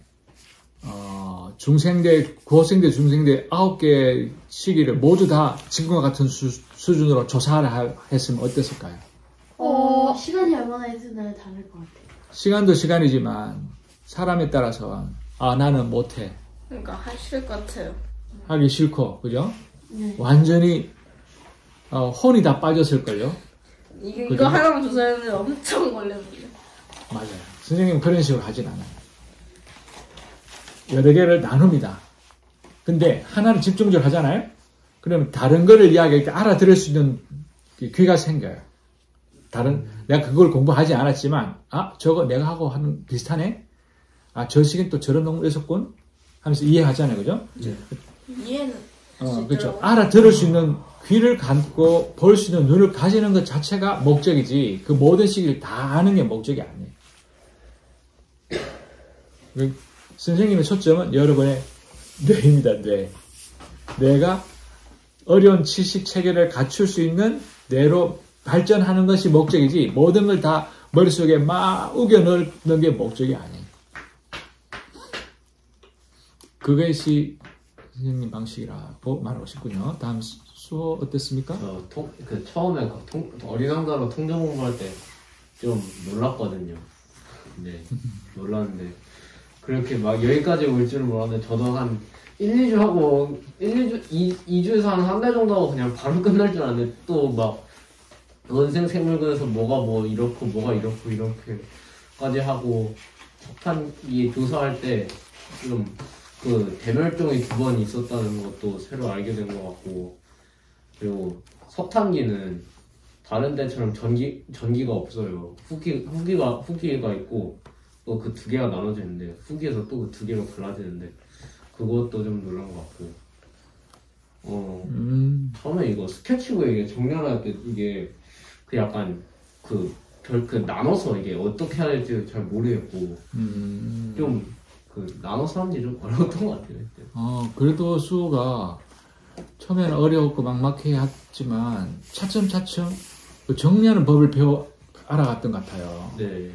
어제 보니까 처음에는 엄청 좀 힘들었는데 어느 순간 탁 그걸 깨치는 것 같아요. 체계적으로 분류를 하고 네. 또 거기에 맞게 어려운 용어들을 찾아 나가고 네. 그랬잖아요, 그죠? 예. 그러면서 오늘도 발표 좋았습니다. 네. 그 내용을 거의 다 소화한 느낌이 들었어요. 그리고 여러분 올해 말에 가서 아마 지금 어린 왕자 누가 어린 왕자 이런 식으로 공부하려고 생각했겠어요, 그죠? 네. 근데 시간이 지나면 더 놀랄 거라 생각합니다. 답이 안 오는데. 하반기 그러니까 가을 겨울 학기가 되면 완전히 다른 이야기가 나올 거야. 기대해 보세요. 이거 세계대전 얘기 나오는 거 아니야? 뭐? 세계대전. 세계대전. 혹시 우주 세계대전? 세계? 세계대전도 관련 있지만 그거를 이번 연도에는 역사 공부는 너무 많아서 혹시 우주? 아니야. 우주는 이제 여름 학기 때 나갑니다. 비행기화학 같은 거. 수학적인 얘기할 것 같아. 수학. 예, 맞아요. 수학 관련해서 맞아. 바다도 있지 않아요? 바다 안 하기로 했나? 바다도 하려고 했는데 원래는 바다 하려고 했는데 올해는 안 하겠습니다. 그럼 다음에 우주하고 수학하고 또 뭐지? 그렇게 해서 이제 마무리를 지어가야죠. 수학만 해도 이딴만 합니다. 그렇겠죠. 수학이. 이딴만 합니다. 그걸 어떻게 다 할지 걱정이 되는데. 다음.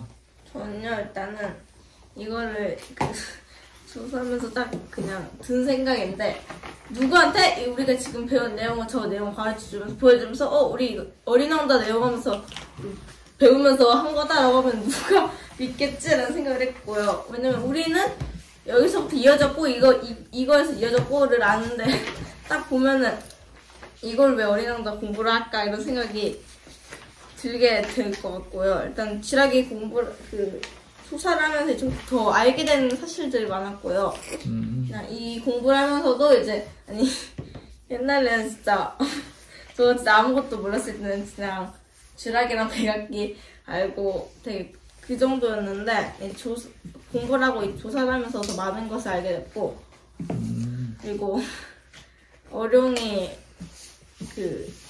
뭐지? 스페레사우루스가 33m인데 40톤까지가 있는데 얘는 지금 18m인데 80톤이라고 해가지고 그거 보면서 진짜 사이트를 다 뒤져봤거든요. 그거 검색해서 나온 게 다 거의 다 80톤이라고 하더라고요. 그래가지고 정말 놀랐어요. 다시 나도 확인해봐야겠다. 80톤이면 어느 정도야? 이거 집은 그냥 가라앉히네. 80톤이면은 이건 그냥 쑥 힘든 수영을 해보는 거. 길쭉한 게 아니라 이게 동그란 거지. 그리고 이렇게 아니면 1톤짜리 트럭이 40대라는 건데. 그게 80톤이에요. 80톤이라 했어요. 80톤? 네. 80? 아니 스페레사우루스가 크기가 33m, 얘는 40톤인데 얘가 80톤이래요. 18m짜리가 80톤이면 수가 없을 것 같은데 아무래도 한 번 잘못 적힌 것이 계속 잘못 적혀가지 않았나. 혹시 8톤 아니야? 이거 8톤 같아. 8톤은 돼야지. 티라노사우루스가 여기서 장경룡이 14m 3톤밖에 안 하는데 얘가. 그러게요. 얘는 뭐냐고 4m가 높은데 80톤 내비가 아니야. 근데 얼룡 중에서 제일 큰 것이 한 17m였던가? 한 10m 일단 넘는데요. 제일 큰 얼룡이 10m? 네. 얘가 20m까지 있다고 하는데. 그러니까 17m라고 힘든 수영고래 말하는데 몸무게가 한 12m에서 17m. 한 힘든 수영고래 말하는데 몸무게가 2배 이상 무거운 고래를 생각하시면 될 것 같아요. 그래요. 하여튼 옛날에는 뭘 먹었는지 그죠? 네. 일단 10m를 넘고 봐야 되나 봐. 얼룡은 오징어 같은 중력을 받고도 그죠? 우리는 나무들도 엄청 컸어요. 저가 사실 그때. 조사한 거 거의 다 10m 넘어가가지고. 사실 그러다 치면 사실 메갈로돈 같은 애들도 사실 이상한 거죠. 특히 자, 고고래. 은찬. 저는 이거 공부하면서 처음에 여기 들어갈 때까지만 해도 제가 굉장히 마스크 좀 벗고 아니 지금 입술이 부었고 마스크를 쓰고 얘기했어요. 알겠습니다. 이거에 대해서 저는 그래도 어느 정도 되게 많이 알고 있다고 생각했거든요. 예. 보면 이제 계속 공부를 하고 새로운 지식을 계속해서 알아가면서 내가 아는 거는 생활에 피었을 뿐이고 내가 너무 섣불리 안다고 생각했구나 라고 생각이 들어서 앞으로는 그런 안다라는 거에 대한 기준이 조금 바뀌게 될 것 같아요. 그래서 되게 재밌고 흥미롭게 공부했던 것 같습니다. 아주 큰 깨달음을 얻었군요. 사실 선생님이 딱 20대 때, 대학교 다닐 때, 어떤 생각을 했냐면, 선생님 진짜 그때 책을 엄청나게 많이 읽어가지고, 모르는 게 거의 없다시피 했거든? 그러니까, 아무도 나를 가르칠 수 없다, 이렇게 생각했어요. 네? 내가 아는 게 너무 많아가지고. 아는 것도 많기도 하고, 또, 안 배워도 막 저절로 막 알게 되는 거 가끔 있지 않습니까? 네. 뭐 그런 거에 대해서도 엄청 자부심을 가졌거든. 그래서 그 책을, 나중에 어떤 경지라고 해야 되나? 어떤 상황이 되냐면, 책을 읽어도 이거 다 아는 것 같은 느낌이 드는 거야. 그런데, 불과 몇 년 지나지 않아서, 한 10년쯤 됐나? 점점, 모르는 것이 생겨나는 거야. 내가 아는 게 다가 아니구나 하는 걸 깨닫게 되기 시작했죠. 요즘은 어떤지 압니까? 아는 것이 요만큼이고 모르는 것이 이딴만 해. 반대가 됐네요. 반대가 되어버렸어. 얘들은 아는 게 있다만 하고 모르는 게 있다만 하죠. 그러니까 그만큼 이 배움의 길은 끝이 없고 지식의 길은 무궁무진한 것 같습니다. 알면 알수록 고개가 숙여진다. 그런 말이 맞는 말 같아요. 자, 수고 많았습니다. 여기까지 하고.